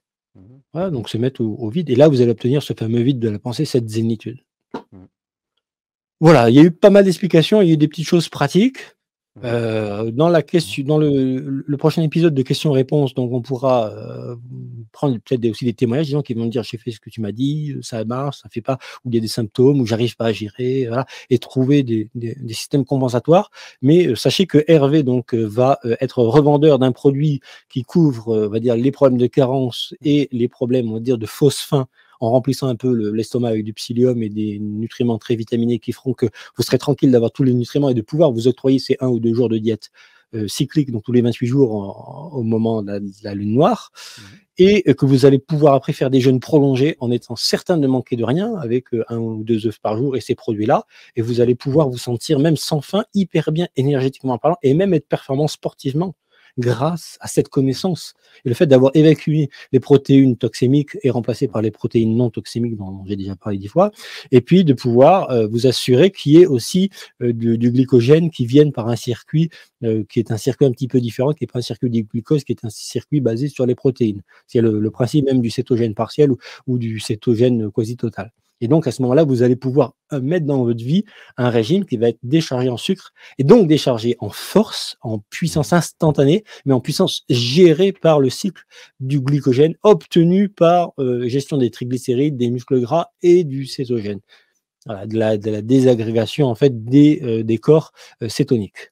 Donc, c'est une vision qui est beaucoup plus proche. Et si vous vous dites en quoi c'est religieux, je vous rappelle que la religion, elle a dit à l'homme, tu mangeras des fruits du jardin, les fruits de la connaissance, les fruits du fait d'être proche de Dieu dans ce jardin, et des fruits qui ne sont pas les fruits hyper sucrés d'aujourd'hui, qui ne sont pas les céréales, le froment moderne, etc. Ce sont ces fruits-là. Et si vous ne les avez pas sous la main, il faut rechercher les fruits les moins sucrés pour être vraiment dans ces équilibres-là. Qui plus est, je ne sais pas si tu te rappelles, elle n'a pas dit dans la Genèse, tu mangeras juste des fruits du jardin, des fruits qui portent semences. Donc, si par hasard, il y a des fruits qui portent 10 ou 20 fois moins de semences, comme les bananes, ou qui n'en portent plus du tout, parce qu'il faut racheter les graines pour les semencer, ça veut dire que déjà à l'époque, il y avait du petit connard d'oligarque qui faisait de l'OGM pour être obligé, les semenciers de l'époque, de replanter. Et Dieu veut la liberté pour le cultivateur qui fait son petit jardin. Il faut cultiver son jardin. Et si tu ne le fais pas en étant tous semenciers, donc qui veut faire son potager refait ses propres semences. Et donc doit observer qui le replante. Il doit accepter que son génome, sa génétique et son épigénétique et comportementale et familiale génétique soit replanté, civilisationnel, ou soit éradiqué dans les périodes où on envoie dans les tranchées mourir tous ceux qui consentent à ce qui est prise de juridiction sur eux, leurs enfants ou leur famille, et qui acceptent même le principe complètement débile de prise de juridiction avec « va faire la guerre dans la tranchée, là, c'est bien pour toi, ça va te protéger, ça va protéger ta famille ». Voilà. Donc en fait, être un jardinier qui replante comme Cocopelli, ou moi, une fois que j'ai eu les premières commandes, j'ai replanté moi-même dans mes serres, je faisais mes propres graines. Vous allez accepter l'idée qu'il y a un jardinier, parce que vous devenez le méchant jardinier qui choisit certaines des meilleures plantes et qui va étaler aussi entre les températures de semis, parce qu'il y a des plantes qui vont démarrer à 16 degrés, les semis, et d'autres à 19. Ça va étaler la saison sur 3-4 mois des fois. Donc c'est intéressant d'avoir des plantes où c'est pas toujours la plus belle qu'il faut choisir. C'est celle qui rend le service étalé sur la laps de temps plus intéressant. Ça va vous entrer dans des réflexions où vous allez être celui qui est choisi. Et si vous acceptez d'être celui qui est choisi pour vos graines dans votre potager, vous pouvez choisir pour vos chiens, comme j'ai fait de l'élevage de bouvier bernois une fois.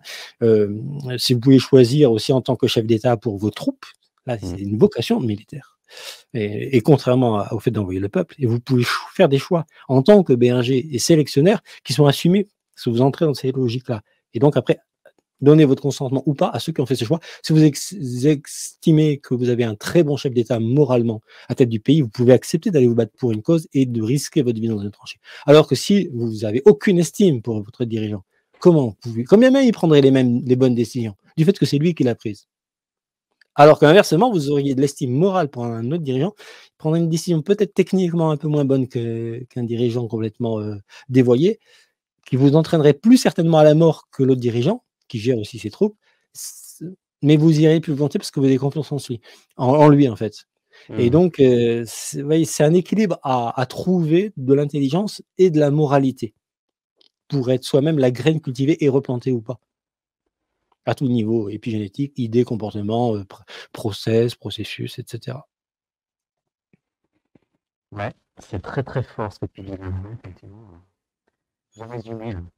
Donc, pour résumer cette vidéo, tomber amoureux de l'état christique dont une partie vient par le jeûne et la prière régulière, bien cyclée, et qui va créer en vous un tel état de bien-être qu'en fait, vous ne serez plus amoureux, entre guillemets, seulement ou d'une autre personne, par exemple, quand vous êtes amoureux d'un conjoint, vous êtes amoureux d'un état dans lequel vous avez réussi à être bien et que vous allez tout faire pour que cet état continue à grandir. Puisque j'avais dit que moi, j'étais bien, on va dire, entre 4 et 10 et 9 sur 10 quand j'étais jeune, et maintenant, je suis peut-être à 23.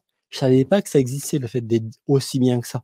Et même, je suis fâché que mes parents ne me l'aient pas dit. Ils ne pouvaient pas le savoir. Parce qu'ils n'avaient pas, eux, à partir de 25 ans, leur état de bien-être, santé, encrassement, glycation, céréales pourries, excès glucides, parasitose, etc., ça les a amenés lentement vers des pathologies de gens âgés. Alors que moi, à partir du moment où j'étais très sédentaire, je suis remonté. Et là, je suis en train de me taper une piste noire à l'envers, tout le temps. Donc, c'est pour ça que Mais le problème, c'est que si on le dit à tout le monde, on rajoute 1 an et demi par-ci, avec 14 mois avec la communion, 7 ans avec le bouquin de Salman, 3 ans avec la charcuterie en moins, 3 ans avec ceci encore en moins, et à la fin, tu fais du plus 20. Pas de retraite, il faut accepter 0 retraite. Donc voilà, si vous êtes arrivé au bout de cette 5e vidéo, les amis, c'est 0 retraite, et vous aurez les poils blonds, et pas de poils blancs, jusqu'à l'année qui précède votre décès. Voilà. Ça se travaille.